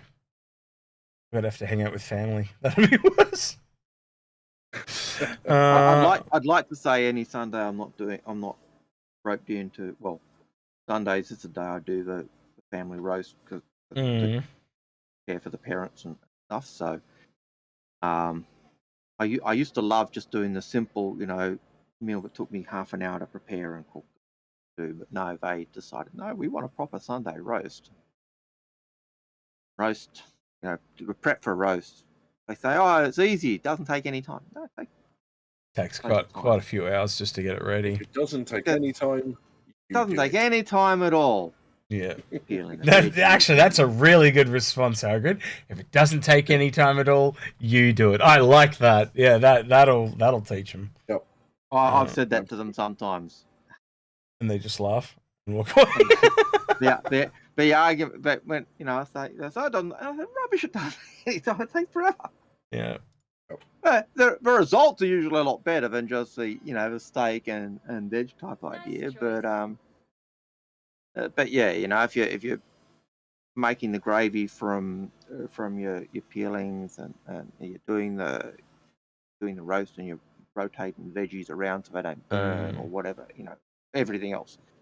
There's more than just putting it and leaving it like they say. It's just doing a roast takes a lot longer and a lot more prep. What about you, Badges? Your Sundays must be a bit like mine. I would wake up late in London on my ideal Sunday. This is what I'm going to do when X comes to the UK to pay us a visit. This is exactly what I'm going to take X to do. Right. Obviously, we'll wake up in different rooms. Thank you very much for the Valentine's Day background, X, because I'm batting that question away a lot. So worth it. I would. I thought the white turtleneck jumper with that background just sold it. It was, it really did. Yes. Yeah. Thanks, fellas. Yeah. Hey, dude, with friends like these, who needs enemies? Am I right? Right. We would go to a place called Big Easy in London, which, if you haven't been, you don't know what it is. It's this amazing American smokehouse. They do something called the Big Easy Brunch. You get 2 hours to drink as much as you want, eat as much as you want. And then we would basically, hopefully on a nice warm day in London, take London by storm, just getting very drunk, going to all the cool places, because I am a massive fan of the city, having worked there for quite a long time. So yeah, that would be my perfect Sunday. Monday would obviously be my worst Monday in the world ever, because then I'd be dealing not over a hangover, but a hangover with him. So yeah. And I don't get hangovers very much, and I tend to be able to drink most people under the table, and that's not a boast. I actually don't drink very often. But one thing, my brother, he drinks like every weekend, and he's just surprised by how much alcohol I can put away. I just drink him under the table, and it scares him. I like the one question that's popped up. It's basically in relation to you and Tasmania execute. Deb Artisan, I think it is, asks, what kind of things in Tasmania would you recommend to check out for the first time tourists thinking of visiting there? My personal advice when I first was thinking that is leave. Well, that's because Algared's. Have you been here? Have you been here before, Algared? No. Yeah, so you should shut the fuck up. Google it. Tasmania is a beautiful looking place. Yeah, lots of lovely places to see. That's basically it. You want to go look at the natural stuff. So, like Cradle Mountain's a really good place. If you want to go into, like, there's a really nice gorge near where I live. Gorges are not very common if you look those up.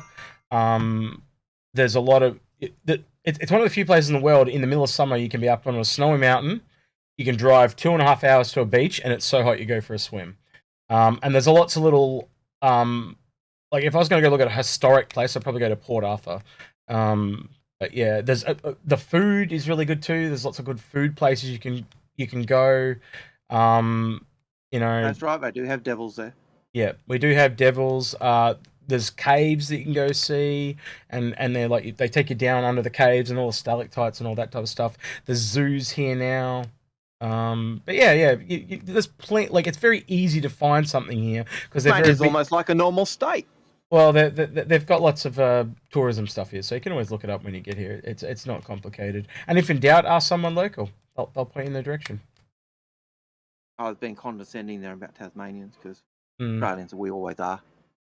Yeah, they all think they're original when it comes to Tasmania jokes, but most people that make jokes, just like Algared, have never actually been here. And then when they get here, they're like, "Oh shit, we done fucked up."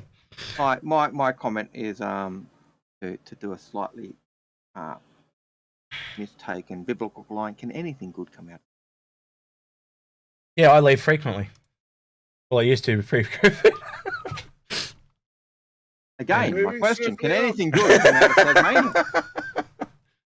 So Lem asks, what are you looking forward to more, X1 or Ranger? If they make the X1 have a dedicated enclosed cab, that could be really useful. But currently it doesn't have that. But the bike is different too. There's something about that bike being on the ground, and I'm hoping it's... Like, as I said to Badgers when in the last stream, at the moment, they're almost like pogo sticks or pogo balls. They don't really act like hover bikes. They're too high up. They're like higher than a tree at the moment. You know. We saw that the other day, wasn't it? You literally want to lower your bike down when you get in, just because it's so like it's miles off the ground. Yeah. But I think I'd agree with you. I'd like the Ranger because if the X1's just another hover bike. Yeah. Yeah, but if they do give that cab. So what I'm trying to relate to is think about the G12 cab, how it's enclosed. That means you can take it on acidic planets, and it's not just this pretty vehicle. It's actually got a purpose. Its purpose is it can go where other vehicles can't go. It's the same thing for the X1. If the X1 can do that, and you can go across the acid plains of Europa or whatever moon you're going to, then it's got a thing. But if it's just another bike, no one gives a frickin' damn. Even if it was not necessarily an enclosed cab, but an air shield cab, I could cope with that. That works too. As long as it was, it has that something that sets it apart from the other bikes. But if it's just another hover bike, what we do? Badges. What about you, man? The other one has it.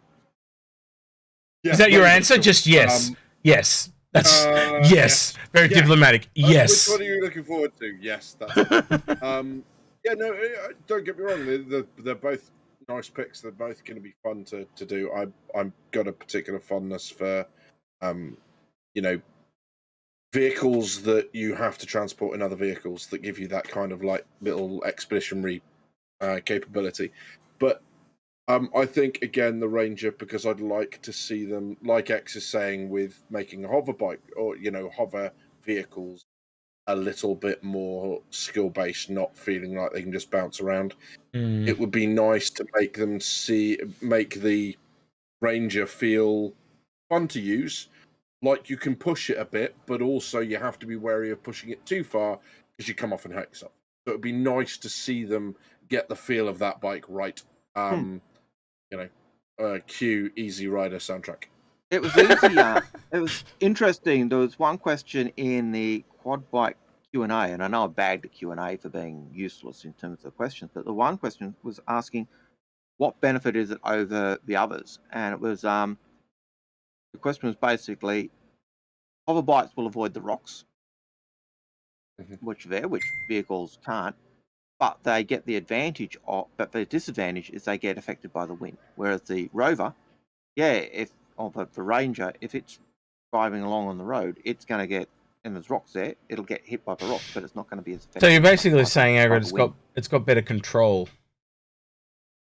Because it's going to be tied to the ground, so you're going to have kind of like, you're going to have more control over the vehicle rather than it just. But lofted you'll around. have the impact of terrain getting in the way. You'll have to avoid that. Whereas the hover bikes, they avoid that terrain, or they get impacted by the environment. So both have their trade-off. But what makes the Ranger so good is the fact that we don't have a two-wheeled track vehicle.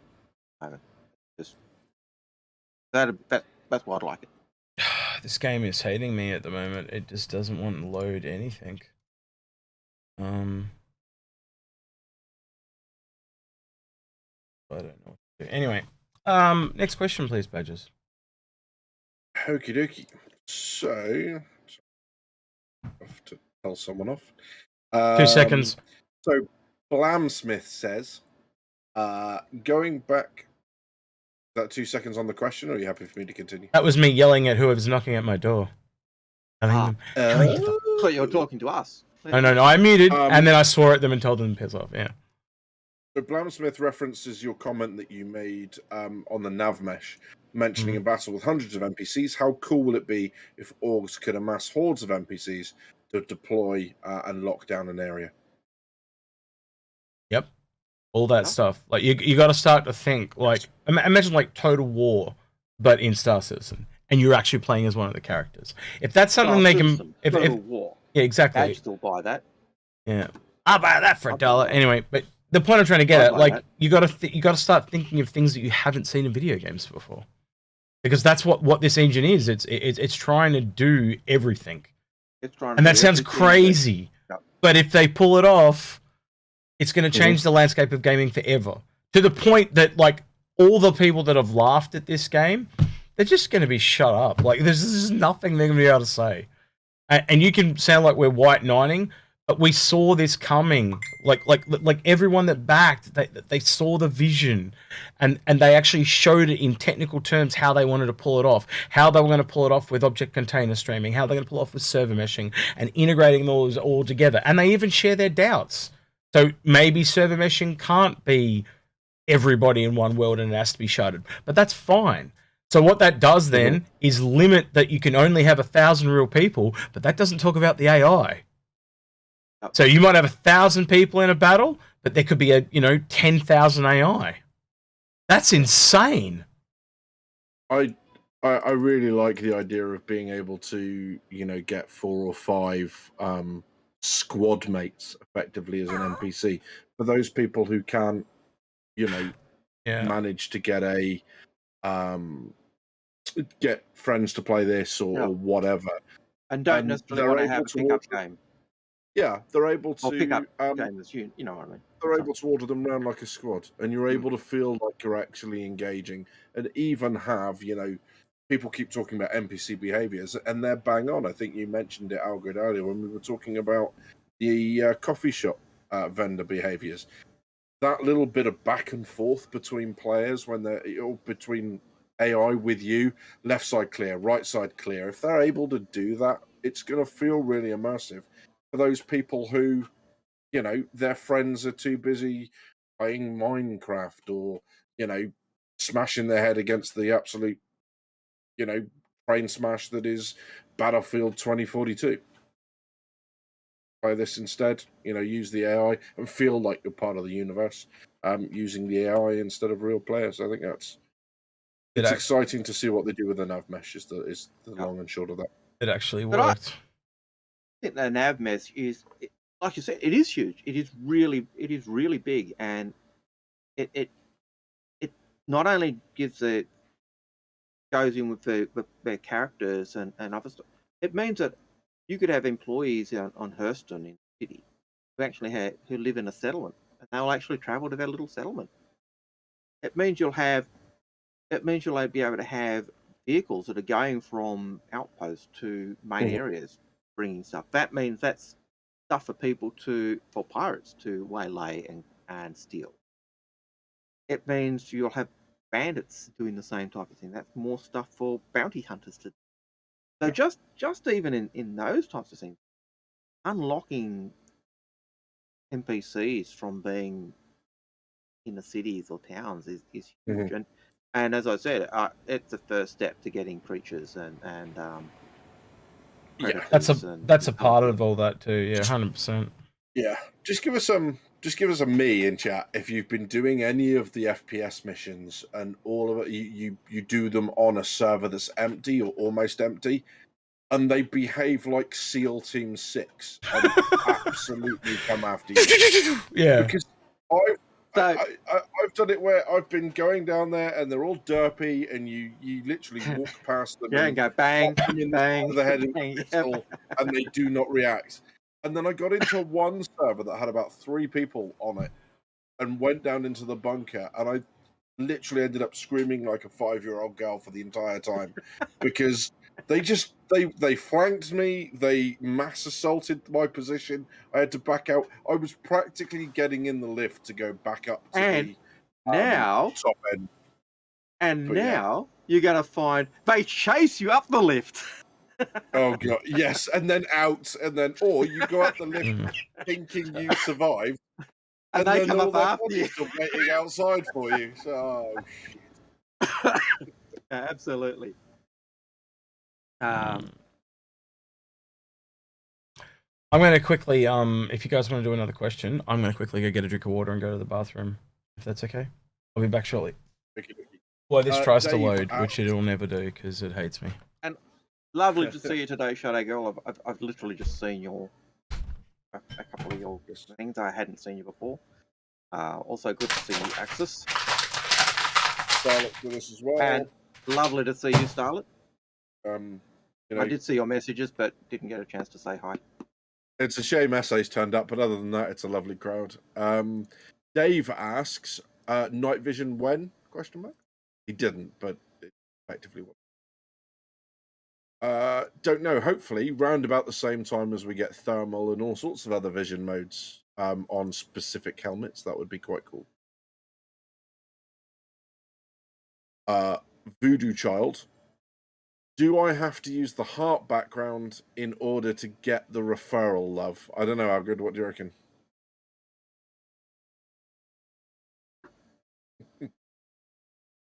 So who's getting the referral love? Don't know. First person to give me a process. Are you Voodoo? Are you asking? Do you have to use the heart background to get referral love, or are you asking? Does badges have to use their heart background to get your referral love, or you behave yourself? Yeah, I'm just asking the question. It's totally innocent. I just want to make sure I understand what he is, what he's asking. No? I'm just a poor, innocent, old, old fella, Axis 96 has got a really, really good question here. After Pyro and Nyx arrive in the PU, whenever that is, yeah, good point. What do you guys believe is the next system they'll work on? Why do you think that it's likely? I think you look at the line of 5. And You reckon? I think it's one of the line of 5. The only one planet that we've heard that, or system we've heard they're working on that isn't in that line of 5 is the one with the sandworms and the one with the Good Doctor mission, and I can't remember what system it is. I've just gone blank. Mm-hmm. But you've got, I think it's Odin, where Squadron 42 is taking place. Then you've got,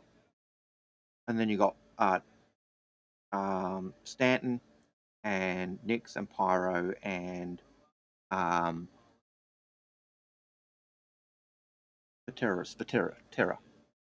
And they have a line of 5. You know, basically the one with Squadron 42 is Terra and Stanton, Nyx, and Pyro.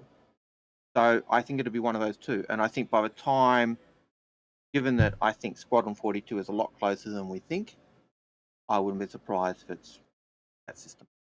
And and Terra would be last of those 5. Total guesswork. Could be totally wrong. Yeah, it's hard to it is hard to gauge how far Star System's away, by the way, just because they don't share enough with it. But you look at the roadmap, you look at things that they're doing, and you look at what the marketing team are doing. I think they very clearly are going to release it around Anniversary CitizenCon when they do it. So I would say, and again, it's just a guess, could be as early as this year, but I think it's more likely to be next year. Yep, and that would be my guess as well. I think there's not enough. I don't think there's enough that we've seen in terms of advertising yet to hint that it's coming, and I don't think we've had enough clear warning. But I'm pretty certain that when it comes, the launch will be at LA. Yeah, and they'll do that because they'll get all the stars that they can to turn up to the launch, and it'll be red carpet event like a launch of a movie, and they'll get the free press from the entertainment gurus and everything else. And if they're not thinking that, I'm wondering why, because that's what I'd be trying. Yeah. I'm going to go different, and I'm going to guess Castra. Purely because Castra is connected to both Nyx and Pyro. And it would be interesting to see them give us alternate means of traveling between systems. So rather than daisy chaining everything one by one, where you've got to go sequentially, to give us alternate routes. But that would be that is literally the extent of my guess, and that's why that's based on nothing else other than that would be an option from Terra. So you do a dog leg because the one that Squadron 42's in, I think is Odin. I always that's it. You got it right. But they're already building it. They've built that system for Squadron 42. When Squadron 42 launches, we're going to have that system for you as well, because that'd be nuts if they don't.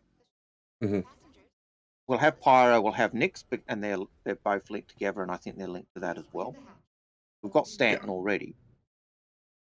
If Castra gives you that option to get to Stanton and around and avoid having to go through Pyro or Nyx, that gives you that option to do the long way round or the short way round. So I could see that there. But traditionally, the line of 5 people have put forward is, Odin down the line to Terra, and it's not necessarily saying that it's a straight line. It's just saying these are the 5 systems that seem to make sense, based on what we've heard and what they think. I'm quite happy for them to ignore. Well, the only other one we haven't kind of seen in any work on that's not in that line of 5 is Lear, and Lear's just so far from everything else. The only one I can kind of think of is it's got some kind of Squadron 42 thing, like it's where your character comes from or some shit. That's the only thing I can think of, and that's a total clasping at straws. And that's the one that we've seen so much work on. It's got the work from the Good Doctor. The Theatres of War campaign. It's got we've seen the work for the sandworms. It's got so much stuff is there that they've seemed to have worked on in the past, and yet it is miles and miles and miles from the line of 5. Now they could still do what they could still have that in as a system and just go, yeah, it's temporarily linked, just like we used to have Delamar in Stanton's system. So, but my guess is that they won't do that. That's just me. Will they have Vega? I don't think so. I think Vega's a bit further down the track. But it'd be nice if it did, because again, that's where the Vanduul incursion is. But my impression is the Vanduul incursion is after Squadron 42. So I'm not sure on that. Okie dokie. So, Johnny Mendoza says, do you reckon we need a ship carrier like the Liberator or the Kraken to be released along with Pyro? Smaller ships will struggle to get and fly around Pyro. Is this not why they are adding a bunch of random temporary stations to Pyro? Yeah, I did remember hearing about something similar to that, so you're probably right. A lot of temporary stations just so small ships can travel around would make more sense, because that would be quicker to do than actually make a whole new ship in time. Yeah, no, that's a no-brainer. If that's... But yeah, I mean, effectively, that is the Liberator's function. That is precisely why the Liberator exists. Yep. So, and that's all, go on, sorry. That's right. I'm just saying that that moving small amounts of small ships to locations with some vehicles and whatever else. This is how we're going to have to understand moving forward in Star Citizen as they add systems. Once we've got inter-system travel, and there's a great video, if you haven't seen it, go find it in Inforunners, about scale of systems and where Stanton sits in that scale and the implications that scale are going to have. But this is why when you hear me talk about fleet combat, when people say, yeah, well, the fighters will just... Where are the fighters coming from? Because they are not going to have the range. The questions about vanguards are going to go away when we have jump points, because the whole point of vanguards is that they're able to move multiple systems, do their business, and come back again, which other fighters won't. So all of a sudden, the vanguard will, we'll see a lot more to gameplay than what we have in Stan. I'm posting. Sorry, Algared, go ahead. I'm posting that link in the chat that you were talking about. So that's in chat there. What awesome. We were just talking about. And the other thing that comes into play with Pyro and the fighters and stuff is also we will have refueling, because refueling is committed for the next patch. So ship refueling is coming. It's not a maybe. It is at the door. So that's another thing that comes there. So do we necessarily need the carriers? No, but we certainly need refueling. Do we have carriers or ships that can do the carrying at the moment? I believe the Hurt can carry some of the smaller ships. The 890 can carry some of the smaller ships. Yeah. So there are ships that can in game already that can do some of those. Some of the bigger ships, no, they can't. But refueling will work for those as well. So, I think that's probably the best way to state it. He's talking about is things like the Liberator in S3? No, not when the Starfarer's around. And the stations you talked about, that dances it all in a nutshell, concisely. And the stations are also there, not just for that, but if you remember, there are 10 pirate gangs that we know of in Pyro. And they're not all at Ruin Station. No, but he will also have... Algared, but he is right. Stations. They've added additional ones just for the small ships, though. Yeah, so he's not wrong. They're probably a little closer for that, and it saves them having to worry about the ships. And I think they will leave in time, though. That's the thing. Like it's meant to be a dangerous place where you take your friends. I don't think, and you got to remember, it's not maintained, so those stations are, as Badges literally said, temporary. Yep, they're dangerous. Yeah, it's exactly. Yeah. They might, and there was a stretch goal, there'll be stations which we can fight over. So that those smaller stations might be the places where players fight. Well, over they actually control and talked about Ruin Station and Reputation, and that you could have 2 factions, and you do missions for the factions, and that gives control of the station to whoever the faction is. So if you're working for that faction, the station might be in control of faction A, and because you've done lots of missions for them, they control it, and so while you're there, you get the advantages of it. But you can, if you don't maintain those reputations, faction B can take over, and then you're up the creek. And the way they'll do that is it won't just be column A and column B. It'll be like there is something that faction A gives you that, gang A gives you that B doesn't. And so, for example, you might only be able to buy this rare cutlass from one and this 300i from. You get what I mean? Like, there'll be something that draws you there that you're going to really want that rep to go backwards and forwards. And I think though that also makes it fleeting. I think you could probably take it back in a day or two. I don't think it would. I don't think it would be something where you've got to fight for a month just to push it the other way. Because I just think that'll be too much for most people. Just going, oh, fuck this, I'll get it elsewhere. It's got to be, small turnaround to make it worth it. Or at least in my opinion. In answer to Bounty Ape's question that relates to the whole refueling thing, do we think that they'll add hollow krakens in the future as temporary bases for rearming, refueling, etc.? No, because, and the reason I say no is because base stations we've got at the moment, they are procedural. They can just get them to, they can say, oh yeah, we want this, bang, and then touch it up. And they've got the system for putting the bases in now. So why worry about putting in empty Krakens when I can just put a small temporary station in to do the same thing? Or even if I wanted as a permanent station, I can still put a station in and have it generated very quickly and then do some minor touches to it. So I don't think we'll see them using the Krakens to do that station routine when they've already got a system that does it. They might, but I don't see it. It's likely to see them as pirate bases. Whether that means you can go on and fight on them, we don't know. But I think that's fairly like the Nine Tails will have a Kraken in Stanton, I think, as their base. So Axis 96 says, is the Liberator more likely when Pyro releases than the Kraken? I think the Liberator is very much likely to be the first of those two. Yes, whether that's when we get Pyro or sometime afterwards, I think we've just covered that. But yeah, they do hint at the Pyro is coming though. I don't know. I think that could be either at this point. It really depends on server meshing, and I think you gents would both agree with me that Squadron 42 is still the driving factor, and until that's out the door, I'm not. Because let's be honest, I would probably hazard a guess that we're going to see Squadron 42 before we see server meshing. I don't know. What do you think about that? I don't know. What do you think's more likely is what I'll ask you. You reckon you're going to get server before Squadron or Squadron before server? My gut would say Squadron because it doesn't need server meshing. Yeah.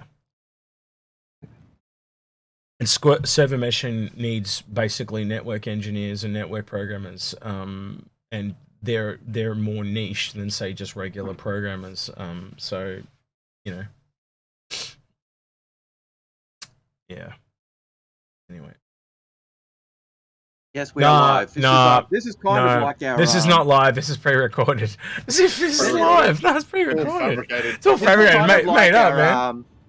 Kind of like our pre-show discussion of what we're going to do and how we nut things through and badger each other and hassle each other. Badges, there's been a request for you to keep rubbing your face. Someone's getting really aroused. So yeah. There you go. I'll help you out. Yeah. Anyway. All right. Next question, please, Badges.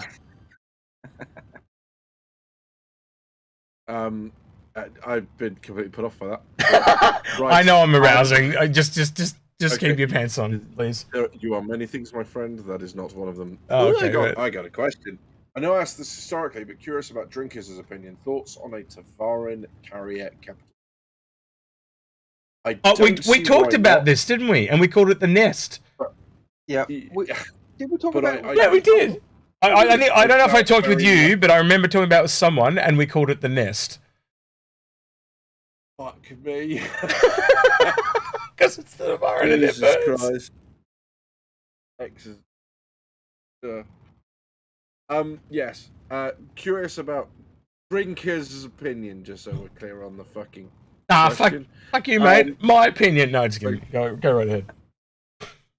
So yeah, I think we're likely to see, or it's possible that we'll see one, but I doubt it will be a player vessel. I think it will be something that maybe we'll see in game as maybe a breakaway to our own faction, and they're very combative, and they've got their hands on one of the last ones. But I very much doubt that it'll be something that we'll get to play with ourselves.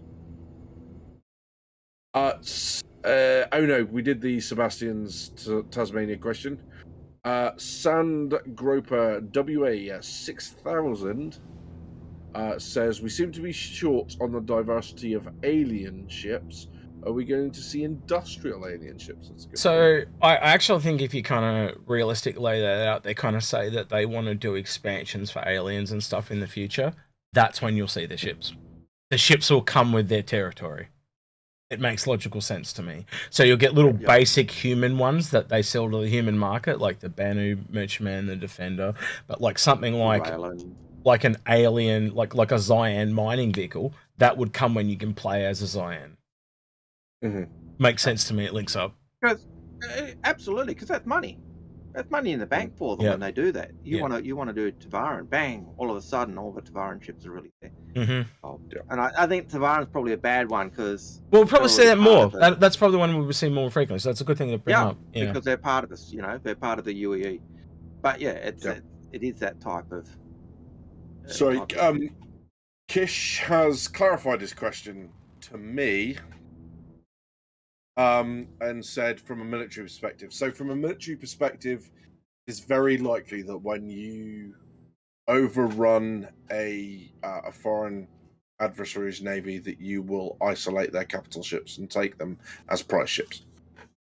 So potentially the UEE Navy have, under pretty strict guard, a number of Tavaran capital ships.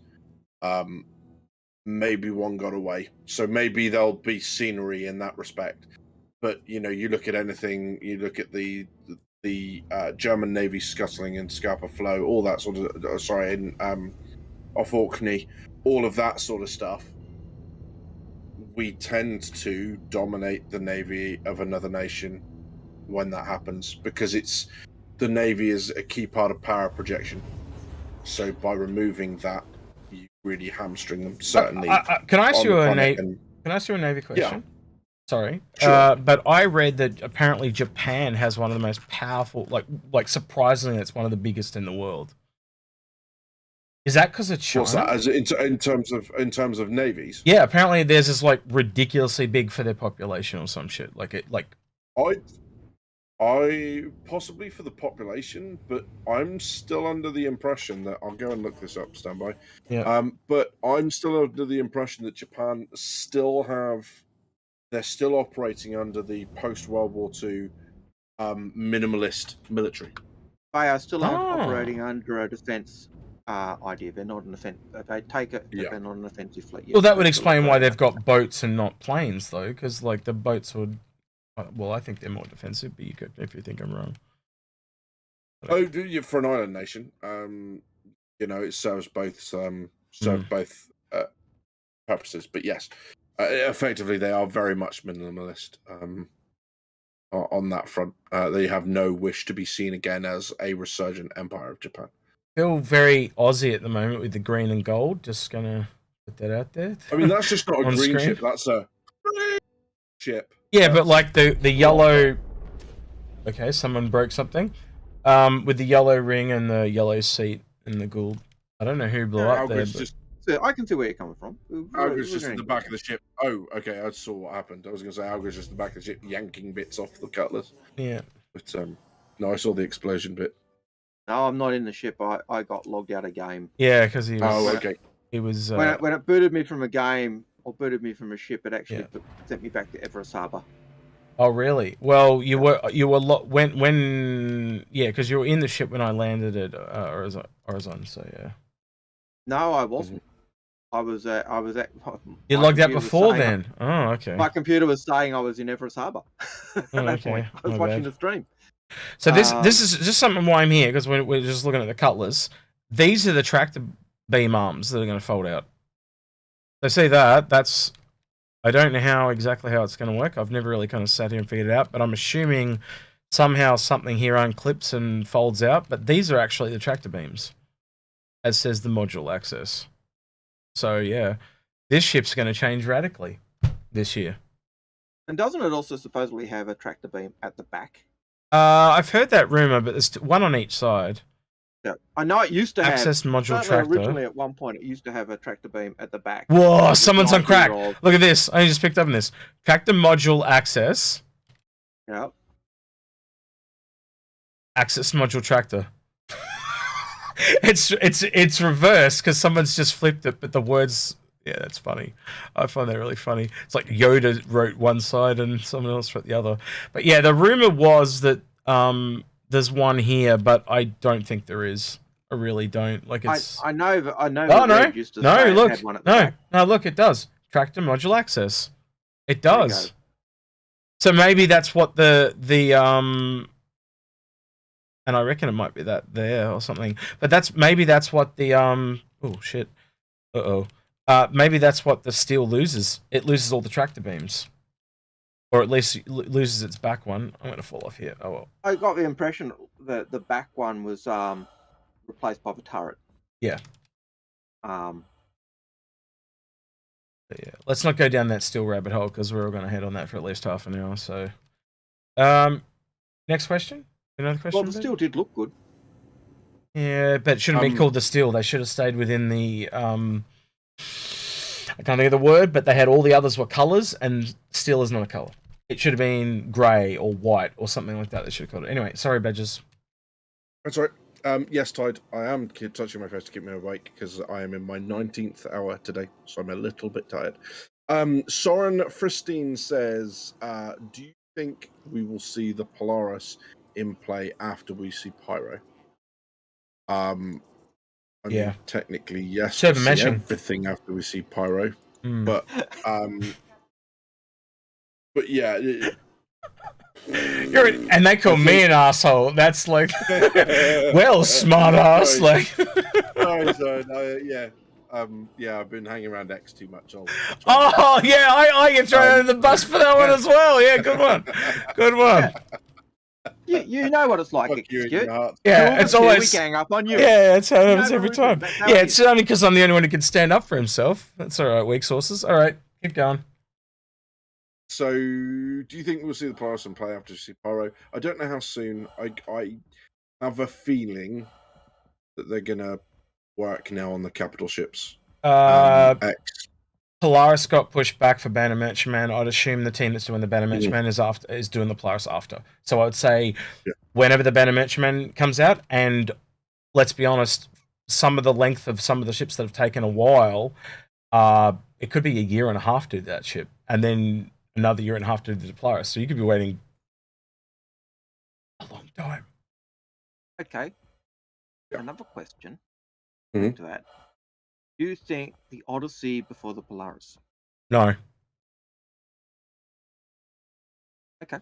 Unless you can give me a reason why, but I'm just going based on what we've heard. I always refer to what we've been told.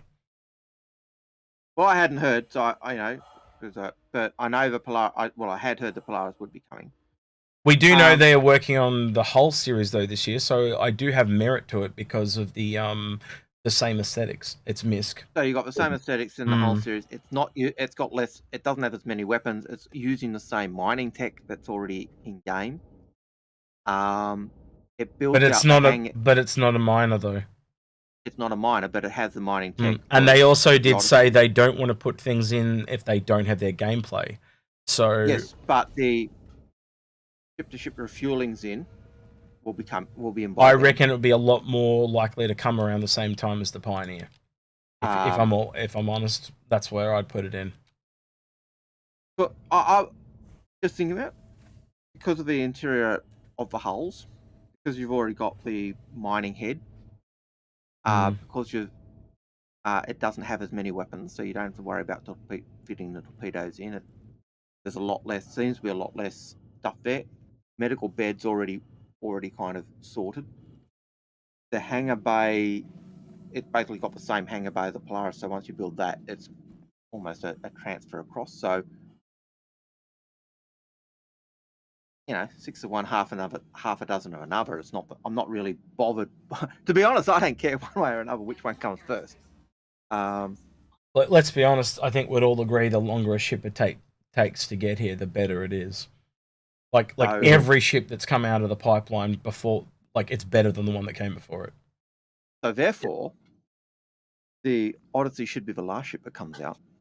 Make it good. Well, the Endeavour is going to be the last one that comes out. But like for me, why am I being shot at? You missed I'm being stream sniped, I think. But we'll see. As soon as I took off, I started getting shot out. Yep. Someone's got the E-pin on. My cynicism on the because I'm being shot out. That's why I missed. On the Odyssey there. So we know the Endeavour's going to be last, but if a ship is better by the later it is, then if you make the Odyssey the last ship, then it's going to be good. But I'm happy for any of the ships to take time, as long as they come out good. I don't care.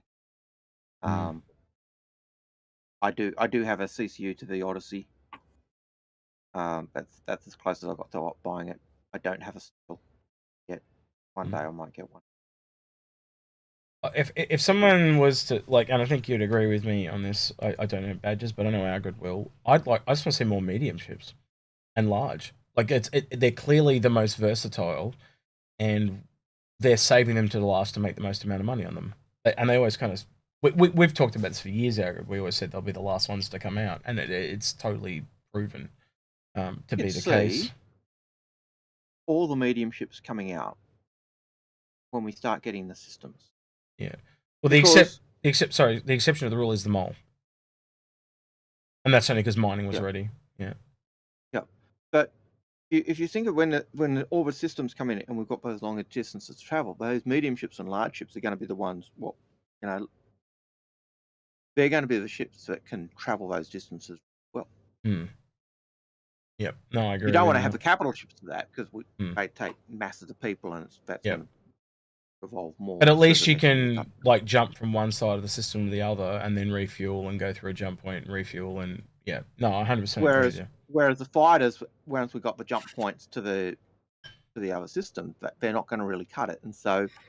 Well, I'm having next level. I'm having that trouble now. Like I can't. There's certain ships I can't jump from Hearthstone to Microtech in. Unless you put the really crappy, really slow engines in. Sangroper, whilst you might not be able to polish your turd that much, I can confirm you can roll it in glitter. There you go. What ship is this? The Odyssey. Yeah. So M Beast model says, do you think Pyro and Nyx will have small, medium, and large jump points between them? Initially, yeah. I think initially they'll just all be big. Yep. And they even said, and I can't remember where we heard this, but they were like the very first jump point we ever see, that we're just going to have one from Crusader to Microtech to test it. So we might even have that before we have server mission, but who knows? Who knows at this point?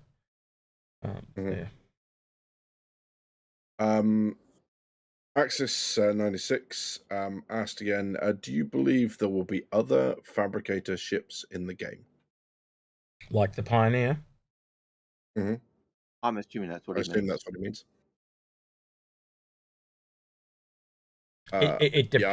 It depends what you're building. So, a base defense that, like a 3D printer ship that just prints out base defense.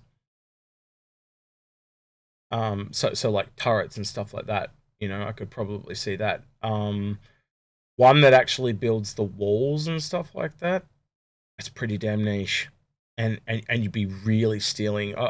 Again, until we understand how the gameplay works, like how we understand how repair and that works, that's a really hard call. I'd like to think yes, but then again, the other thing Algared will tell you too is the flat pack stuff. Yep. So it did used to say that bases were built by flat packs, and if you look at the lore even of the Pioneer and Silas Chrono when he's talking about base building, basically says there are ways to build bases already, but we're trying to make it cheaper and easier for everyone. So yep. So will there be other base builders? I think there are other base builders in game. Whether we will have access to them, I don't know. I'd love to see it because variety is the spice of life. Yep. But another way to answer that, Algared, would be: will we see it before release? So they could go back and do anything after release, type of thing. So as this in release 1, they could go back and add in ships. Because like things like the Endeavour, we might not even see that before release. That's the crazy thing. Like it's just such a big, complicated ship. Yeah, that's crazy. I'll take that as a compliment for Inforunners, Mike Fields. What do you say? He says, I joined Star Citizen after watching A Promise from Bridget 70, which was a very good. I love that video as well. Yeah, that sucked. That kind of captured, I think, a lot of the early backers' thoughts as to why they backed. But he says, I very enjoy your gameplay and information. I very much just like to see your version. You guys got your charm. I've actually thought about doing a video like that a few times, but I just feel like I'm being cliche when I talk like that, and white knighting fairly hard. So I one thing I'll take, I think these guys will back on it, says we try to be a bit balanced. Like if something comes in, it's like the drama this week. It's come in and it's been fairly negative. We will sit there and break it down in a group and kind of boil it down to what it really means. And once you realize they were doing it to kind of stop the grey market, it's kind of like, well, that's not necessarily a bad thing. Yes, I can see how it hurts a few people initially, but you got to think of the long term. And I just think, as Bad just kind of said, bad timing. Because it was just off the back of another problem, and so here we go again, and there are but then just people overreacting. The previous problem was null and void. It was a nothing issue. It was entitled people. The funny thing is, the people they were talking about in the post is the people that were pissed off. Quite frankly. And I know there were people, and I know people said, CIG employee made a really inflammatory comment, but who hasn't made an inflammatory comment at times when about CIG? Frustrated, well, about anything. When you're frustrated, tired, annoyed, you've answered the same question a million times, and someone's getting up, and you feel like someone's on your goat. Who hasn't snapped? Whether on official channels or not, and then had to retract it. If you haven't done it, raise your hand. But I'm guilty of it. I can't tell you where I know this from, but I can tell you that it was multiple revisions of that written, and the person that wrote it had tried to get multiple ones approved, and so the very first one he got approved, he just went with it. So yeah, in hindsight, I bet you he did it differently. But yeah, I'll leave it at that. But who doesn't feel like they've got to? Yeah, I think there's two parts to this, right? There's the people who've been screaming scam citizen for 6 years, derailing every single conversation on social media, on forums, who then whinged because CIG used less than stellar language to respond to them. Dry your eyes, reach down, grab the toggle, zip up your fucking man suit, and get on with it, right? Yeah. Go to bridge, get over it. However, there is an element to this that I think is a big mistake, and I think it's removing the release view. Because, and here's why, those trolls will always exist. They are going to attack Star Citizen no matter what. And I'm talking specifically about the trolls. I'm not talking about the people who have legitimate concerns and legitimate issues with the game. I'm talking about the trolls. They will exist no matter what. Well, YouTubers will create videos jumping on the bandwagon no matter what. Yep. Right? They are going to do that anyway. Yep. So the decision for CIG should not have been, what are we going to do about the trolls? Because the trolls are always going to be there.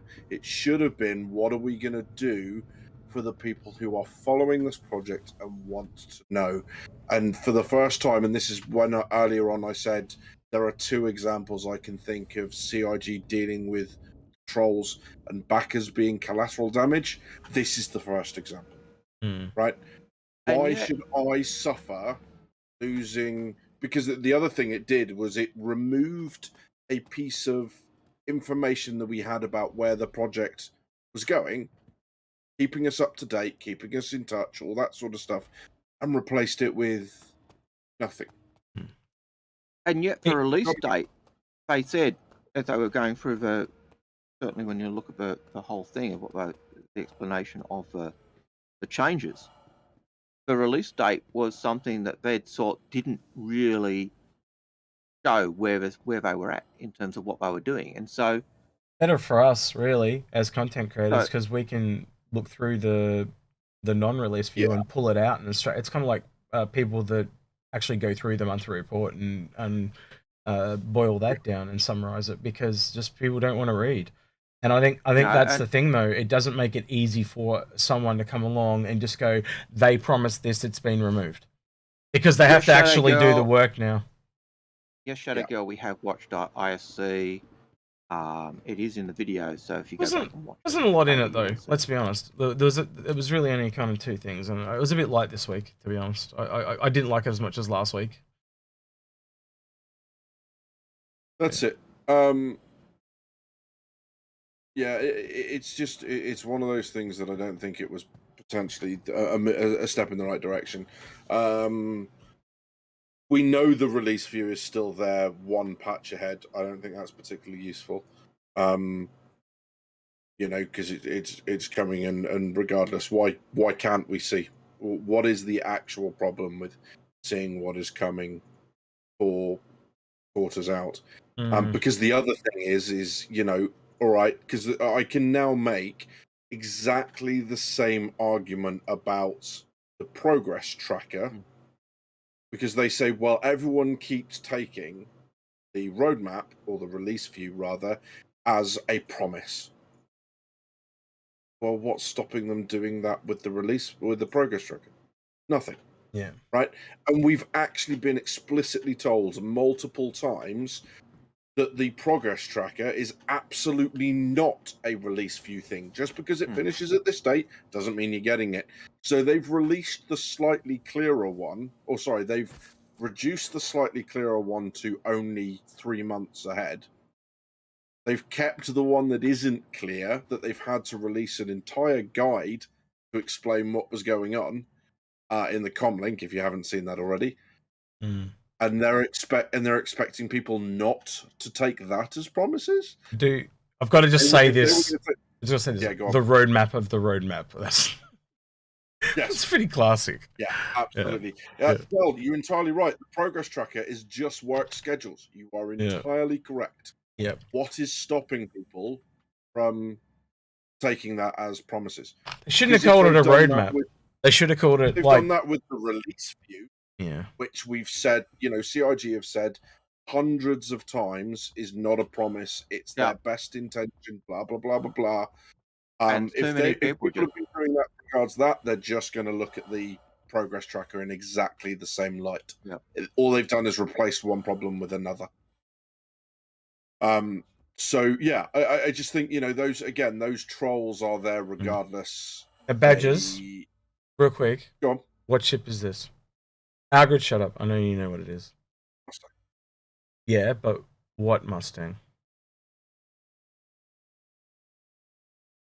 Yeah. Mustang. The sexy Mustang. Yeah. It's got a name. Picture I'm going to send you. You're going to fucking answer me as to what ship it is. It'll be it'll be a mil. Come on. I don't know military. Yeah, but No, this is a very particular Mustang. This is the rarest Mustang in the game. You don't see it too often. That's why I pulled it out. Mustang. No, it's a Mustang Amiga. I don't care. I'm never going to say that. I'm never going to say that ship's full name ever again. Yeah. Or ever. But look at it. The worst, this is why the worst thing they did to it is make it just a mirror copy of the Gamma. Yeah. That was the worst. Is there anything else you would like to point out that I don't know about? Well, look at that. No. I just want. Well, I was just curious because it's a rare ship. But look, it's got AMD on it. It's an AMD ship. Bounty 8. It's an AMD ship. He's just ignoring me. I think the UEE would give captured ships to small defense forces better patrol their areas in the name of the UEE. And I'll take it because you said so. That's in response to the Devarin thing. No, is the short answer. The long answer to that is because one of the key things in warfare is commonality of parts. So if I've got 3, 4, 5 different types of ships, hopefully they all have very similar generators and forced air pumps and reverse osmosis plants and all these sorts of things that exist on ships. Because that way, then I only have to carry a set number of spares for one thing. I don't have to carry spares for 5 different types of generator and ammunition for 5 different types of guns. So using one from a captured foreign military or even a completely alien species wouldn't work, especially with small defense forces where they're not going to have access to as much of a logistics chain instead of the massive resources that the UEE Navy has. So unlike exactly. I really like the I like the idea. I see where you're going with that, but it's unlikely. It also depends on the stockpiles you caught. Now, if they captured massive stockpiles, then you got a shortfall in the X gun. Mm-hmm. You might use that other weapon or that other system, but it wouldn't be ideal. And I'm just thinking of Germany in World War II.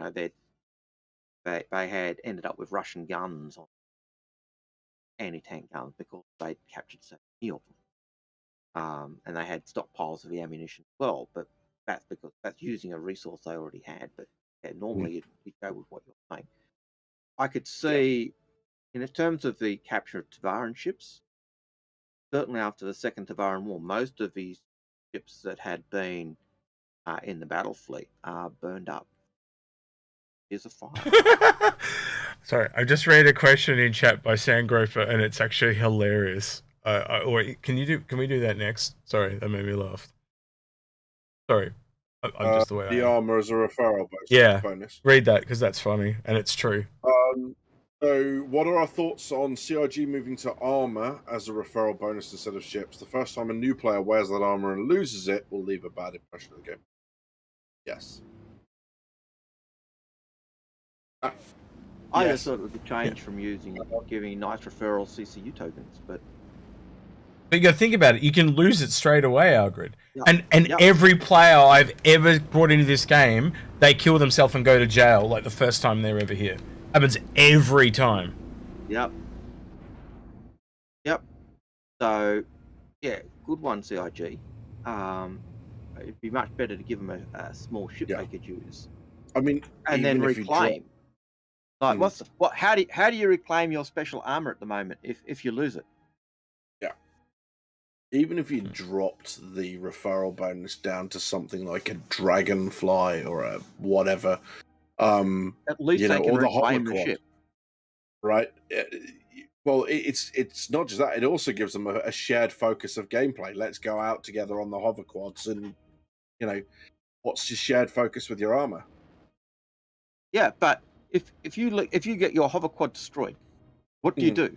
You go to the station, you hit reclaim, and wait 30 seconds or 10 seconds or 6 seconds, and you got it back. If you lose your armor, what do you do to get it back? Character reset. You have to go. You literally have to go into the website, go to your settings, and go, I want to reset my account, and then wait 15 minutes. That's as long as you wait for someone like a Connie, isn't it?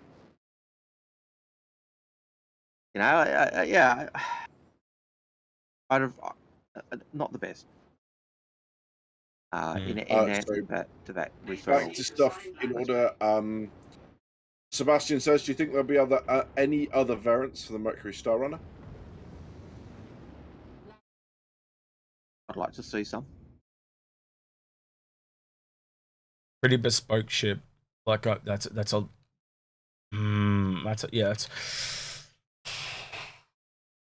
No, but that's just me. If you could have like, you might not need a variant. If you can have some kind of computer setup that can just be put in a standard cargo bay, that could just like increase the storage of the of it. You know what I mean? I don't think you would actually need it.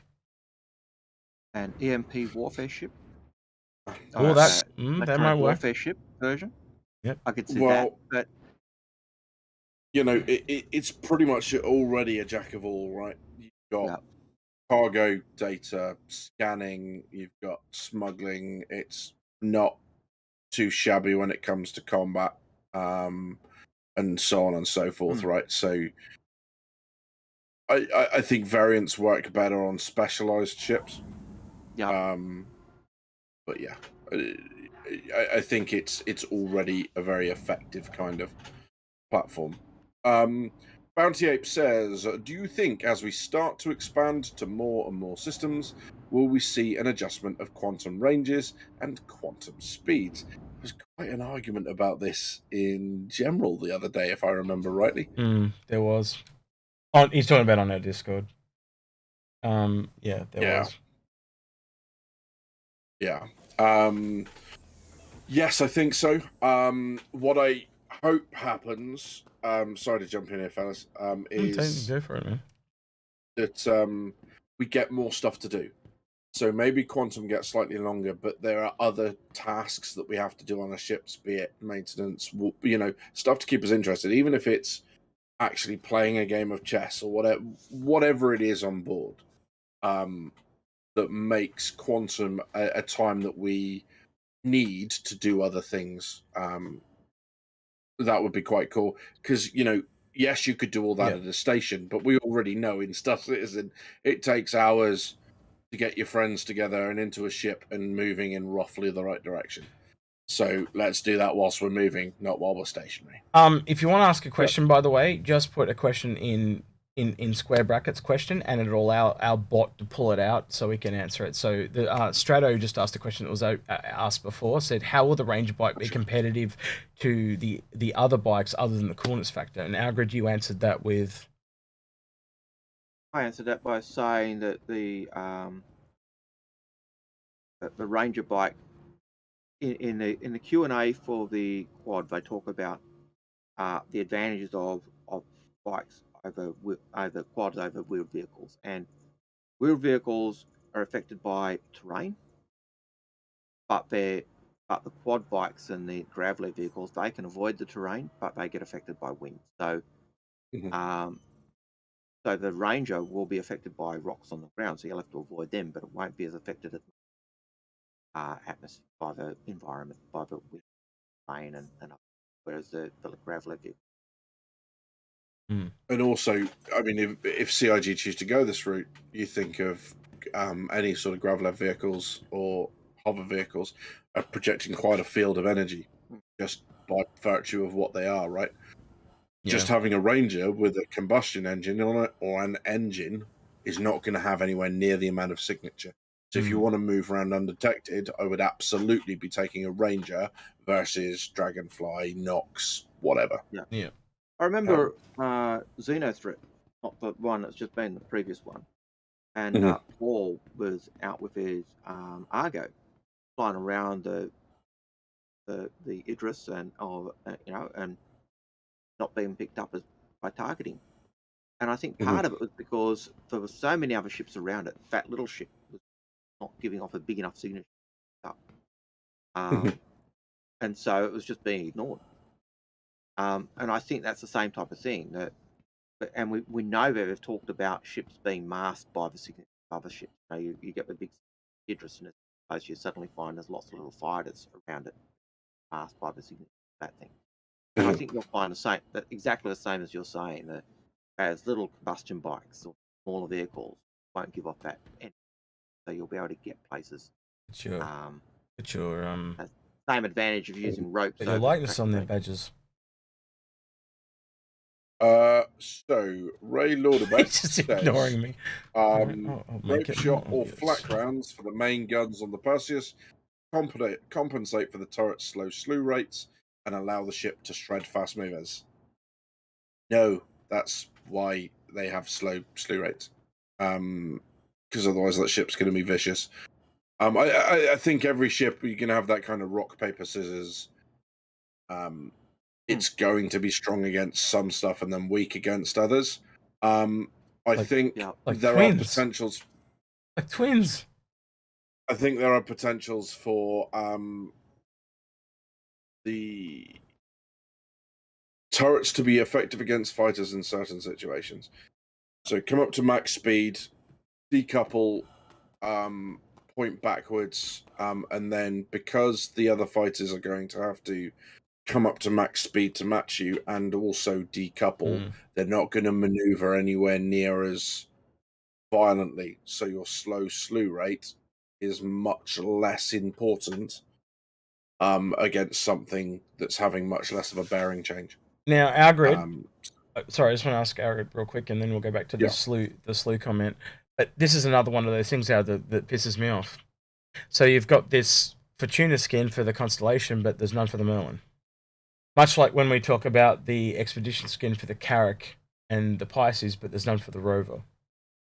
It's the same thing again. Like, that's just going to piss people off. What's the point of having this if you can't get something matching so it all sinks in? Nice and pretty. Yep. But I really do like this red skin. I like my red, but they just don't do them enough. I did like the Chinese New Year's. I did like the look of them. Didn't buy any of them, but I like the look of them. I brought them all and then melted them except this one because I got a couple of Lonely Connies. And Connie is love. You got to like the Connie. It is the iconic ship. It's a sucky iconic ship, and the turrets are sucky on it. And like pea shooters, and I wish they were the original size 3s that they had when they did the Connie versus the 3 S7C fighters and win. Yeah. Once Squadron 42 is out there, Algared, you know they're going to do a rework. It'll come after that. Yep. But I know Chris at the time when they did that scenario, he said we had size 3 cannons on those turrets, but we took them off because they looked wrong. They were too big. Yep. And that's why we've got size 2 turrets on the Connies, unfortunately. Yeah. And we're still waiting for the 3rd turret to appear on the Phoenix. What the hell? Did anyone just see that guy like just do a ghost maneuver?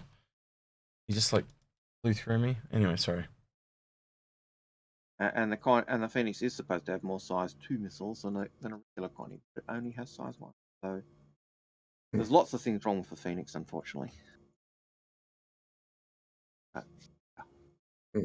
Next question, please. So there's a couple of questions we've kind of addressed, so I'll just kind of summarize them if you're happy, and then we'll go into. Yeah, sure. So Tide asks, do you think the Liberator would be a very good tool for Pyro, since no mid-fighters or Prospector vultures could jump? Yeah, so they're introducing a bunch of stations to Pyro as a stopgap maneuver, it looks like. If you look at when they're talking about building the stations, they're talking about building multiple. But the law for Pyro is that there is only Ruin Station and it's a pirate haven. So they're adding that stuff in, it looks like, so you can leapfrog through that system to get where you're going until they have, the everything in place to properly realize that system. Yeah. And Stratobic says, have jetpacks ever been mentioned? Do you think we'll see them eventually? A thrusters pack that can be equipped like a backpack to armor. So we covered this quite early on. They've talked about a few of them, haven't they? They've talked about thruster packs, jet packs, parachutes, gliders, a whole bunch of stuff. But yeah, sorry, continue. Yeah. I think the problem with anything like that is the access that it gives you to the spaces of the game you can't otherwise get. Yep. And also, I think CR just doesn't like cheap gimmicks. Now, whether a jetpack falls into a cheap gimmick remains to be seen, but I think he doesn't like the cheat options, and looking at what we've seen just added to the roadmap, like ropes and stuff like that. I think he might want traversal to be a bit more challenging than jump. I'm on it now. Woo! I just realized I'm going to have to put my hand up for 10 seconds before you say it. Yes, there you go. Final Fantasy, The Spirits Within, the gel gun.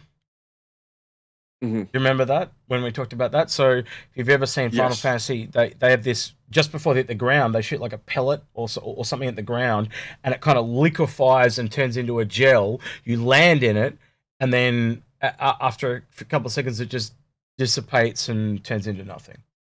So that's kind of really cool. I really like that. And obviously, Algared's going to talk about nails.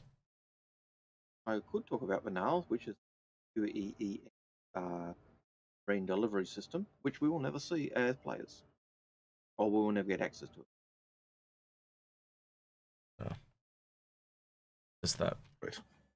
I wouldn't mind seeing some form of teleports. I use teleports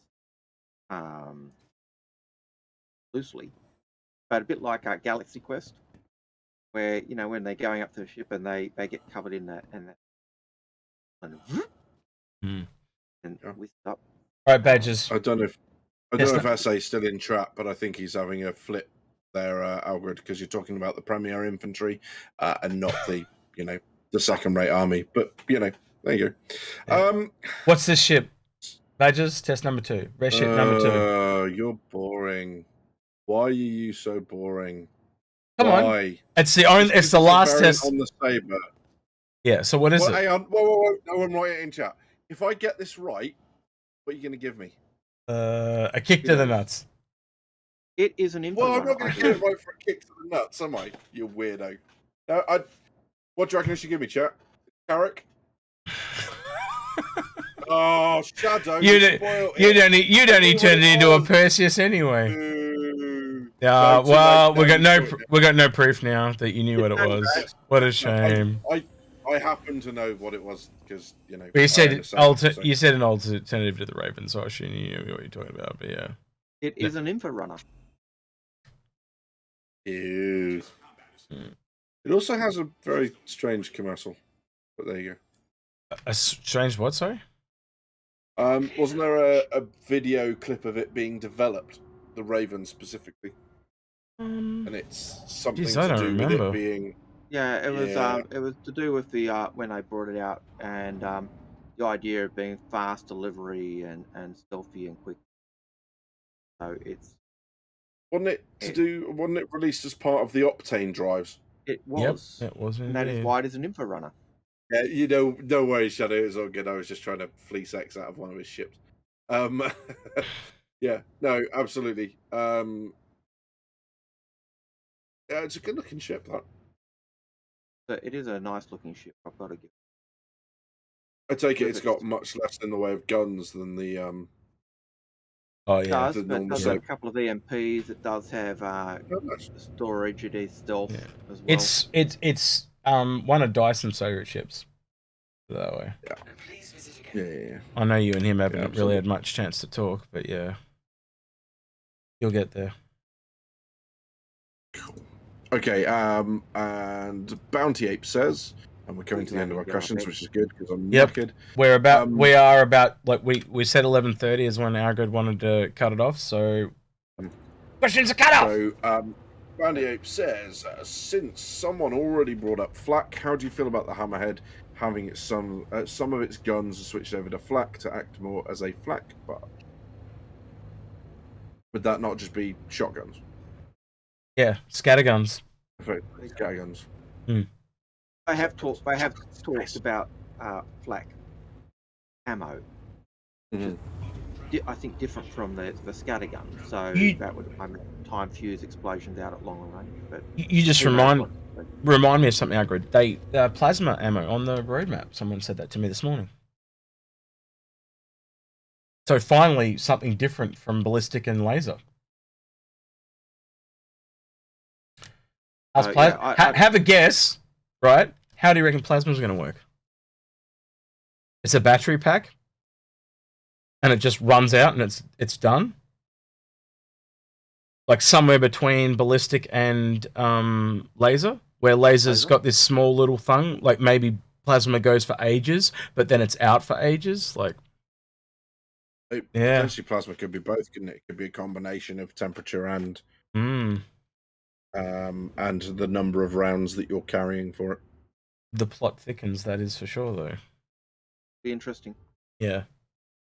Alright, so I'll show you this real quick. You got to turn it on. That's the biggest thing that noobs always forget. And me being a noob, I can't even damn find it. Alright, there it is. So that's on. And I'll just head out into the black here somewhere so we're away from... illegal places. Yeah, well, you got to be outside the arms zone to use it. Otherwise, you get a crim stat. I don't think you can even use it anymore. Right, so now when I click right mouse, in theory, you can now see them spooling up. And there's obviously two, so there's two bubbles, which makes it a bit different from an Avenger. I'd always like to be able to do one and then do the other. So now it's fully charged. If I just press right mouse, it'll... Boom. And that, yeah, that's it. That's all it is. Birdie. Birdie. My Starfarer has killed a Raven. Yeah, I remember you telling me about that, actually. By flying into it? No. It just flew into the guns. No, I was flying my Starfarer over, I think, one of the moons. Person. Probably Daymar. And we were flying through the canyons, and one of the guys decided he was going around zapping people with his Raven. And I'd seen him charging his thing, so I actually started to lower my landing gear down, so if I felt I could cover. And he flew under me and zapped me. And as my ship fell, my ship pinned him, so he couldn't move. He got crushed on the ground. That's hilarious. So my Starfarer killed a Raven without firing a shot. So it looks like it's only got 2 size 3s, not 4 size 3s edges. So you're basically giving up 2 guns for 2 EMPs, which is a bit of a tall order. But it's very different variant. Like most variants are a color change. This is like a whole different body. So Intel definitely asked for something unique. It is. Well, if you look at what it does, it's stealth. So it is actually stealth. It is actually. It does have a better scanner suite. It does have a computer storage, so it's actually a data runner as well. And it's got the MP, so it's basically a sneak in, get the info, and zap things if you need to run and bolt. So it's not really something you put in the front line. It's your stealth ship. But it is actually an Inforunner, not a. It's one. I stress that point because people always forget that the Raven does have that capability and info gatherer. Yeah, it's definitely probably the lowest on the food chain though, because it doesn't have the scanners and that to match the Herald. But still, that makes it useful. And it'd work with a Herald too, like as a security escort type of thing too, like get people off your back, and also damaging like a Herald. So like countering with the EMP, like an EMP on data is probably going to stuff it up quite significantly. You'd have to imagine. I don't know. So yeah, quite a novel, quite a nice ship, and certainly one of those more unique ships. Like look at the Amiga. The Amiga used to have an additional fuel scoop, so it was a different model to the Gamma. Yeah. But when they did the rework, it is literally just a Gamma with the Amiga skin. Yep. Which is rather sad. Is there any more questions, Badges? No, we are at the end of our questions. Okay then. Well, before we log off, you don't have to tell people what you're doing, but can you please kindly tell people how long you're going to be gone for? Because you're going away for a few weeks, aren't you? Yes. So I am going to be away now until about the midpoint of March. I have some time away with work. So it's party time, guys. Get out your balloons, your stream. No. Rude. You do know, Badges, that Australians only ever bag people and tease people. know about them. Yeah, exactly, man. So if I was saying, if we were being really polite to you, you'd know we hate you. yeah, exactly. So you're in the club, man. You're part of the team. So don't worry. Yeah. So Doesn't that look sad? Or it reminds me a bit of Muppets. Is that look? I can't remember who it is. Best insult all day, and it didn't come from me. Fozzie Bear, maybe. Not sure which of the Muppets would have given that look. I want that as a screenshot on the Discord, please. You asked for this. I might look like a Muppet, but you look like you drop regular loot. Oh! Yes, well, I have been referred to as a loot pinata, so that's okay. I love it when the kids fight. Oh, dear. He loves it when we fight because we're no longer picking on him. Yeah, exactly. It's usually me against the whole bunch of them when they gang up on me, but that's fine. Just wait till we get John on here with us. Then you're in trouble. You know that. Yeah. Him and John were a nightmare. Honestly, but just a nightmare. It was like two old men bashing me with canes. It was they're walking frames or something. It was just a nightmare. All right then. But it was fun. Come on, you got it. No, it was fun. It was definitely fun. All right then. Tide, unfortunately, I am precluded from talking on that subject by the official Secrets Act. Yeah, and that's why I didn't want him to say anything because I knew more than you guys do. So yeah, but yeah, he's doing some work for his country. Yeah, good luck. Have some fun. And you've actually got a background that's not love hearts, because that's why I did the love heart. See, because I knew the very next stream he would, and he did, with bells on. Here, take this quick. I know how to motivate people. Quick treat for anyone who's still here and knows the reference. But I was very proud to pick up my new T-shirt from the post office today. Yeah. It's backwards, but it says, "Avenge me, brother!" And if you haven't seen that, what's it called? Tell them what it's from, because it's actually really funny. And I watched it. It's quite hilarious. Avenge me, brother. It's called the Furry Apocalypse. The Fur Apocalypse, yeah. It's quite funny. I actually essay, you got a mouse pad on the way. Not that you know that, but that's in relation to that as well, because it's hilariously funny. And I knew you would laugh your ass off when I sent it to you. Yeah. Oh, it's awful. Right then, yeah, I hope you guys had a good stream. Me and Algared will try and be back on American Monday, Australian Tuesday, for more AMA questions and another type of this. But the Friday shows are just good because it allows us to go through ISC, get the information out and stuff like that. And just basically chill as well. Yeah, we're enjoying these. I hope you guys are enjoying them too. Just, you know, questions and chilling out, and we love to interact with people, but not everyone can get around to the Discord and stuff like that. Yeah. So yeah, it's good. All right. Well, he's been Badges. He's been Algared. I've been forget. Oh, I knew you were going to do that. Don't forget. Yeah. Well, you didn't do it. Yeah, no, I forgot. Right. If you want to go the extra mile, ring that bell. Ring that bell. But if you want to go the extra mile, we'd love to have you. It helps us out. I'm terrible at the promotion, but Algared remembers it every single time. And we keep getting told we got to promote ourselves more. So we've never really liked doing it, but in truth, any of that type of support does help. And liking, subscribing really helps the algorithm as well. And that we just brought him a bunch of stuff. I even brought him a virtual girlfriend this week that I haven't told you about yet, Algared. Yeah, so he's got. You know how I talk to Google? I got him one. Yeah. So he can control his lights and stuff. So yeah, but if you want one, I'll get you one too. No, I don't know if they come in grey though or silver. So yeah, well, you know.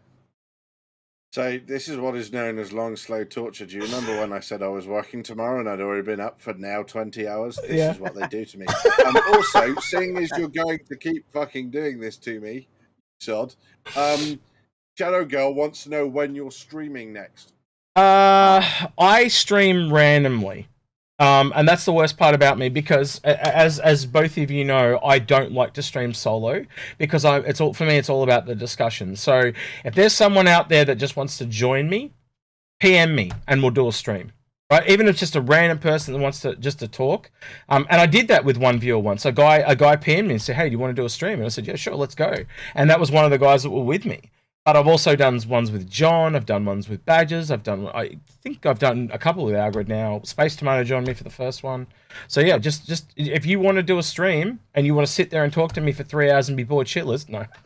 But if you want to talk about the game, yeah, hit me up and I'll stream. Yep. But I struggle with it. I just struggle not having someone to talk to because that's what I do. It's the love of the game is just sitting there talking about it. Yep. My problem if I'm streaming and talking to someone about the game is you probably noticed is I stop. I myself into a conversation and stop playing the game, which is real annoying. Both for me and for everyone else. I'm trying to do something and then start talking, and I've flown into a planet. Yeah. Well, it's hard. It's hard. Like I know you guys don't drive like very well. Badges has never driven, but you now understand what it's like for me. Like I get a bit like I'll call it the Australian vernacular of brain fart. Like Algared will know I've zombied out, and so he'll just carry the show while I fix whatever I'm doing in the background. He's just kind of got used to it. But you know, and Space will tell you, and Paul will tell you, it's very different when you're driving a show to when you're actually like when you're the host. It's very different to when you're just on it. Like you'll notice that when we're in these streams, I'm just more chillaxed because it's a stream. But if we're doing an actual show, there are times I have to play the bad guy. Like I have to say, Badges, shut up. Algared, shut up. Like we need to move on. I can't read that and it's backwards. You just so you're aware. Everything you've showed today is backwards. You want me to flip your camera for you so we can read it? Would that help? You flip my camera. It's not going to be me that's backwards. Dude, you're always backwards, man. You're from England. What do you expect? It's a backwards.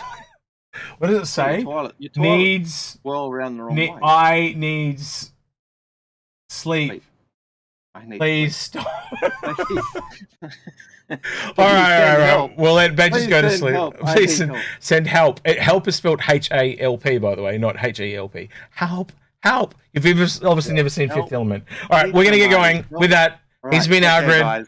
He's been Badges. I've been Execute. And we'll catch you in the next one. See you guys. Badges, say goodbye. Don't be rude. Badges. He's acting like Fozzie. We can't end a stream, Badges, until you say goodbye. All right, he's dropped dead. I think he died.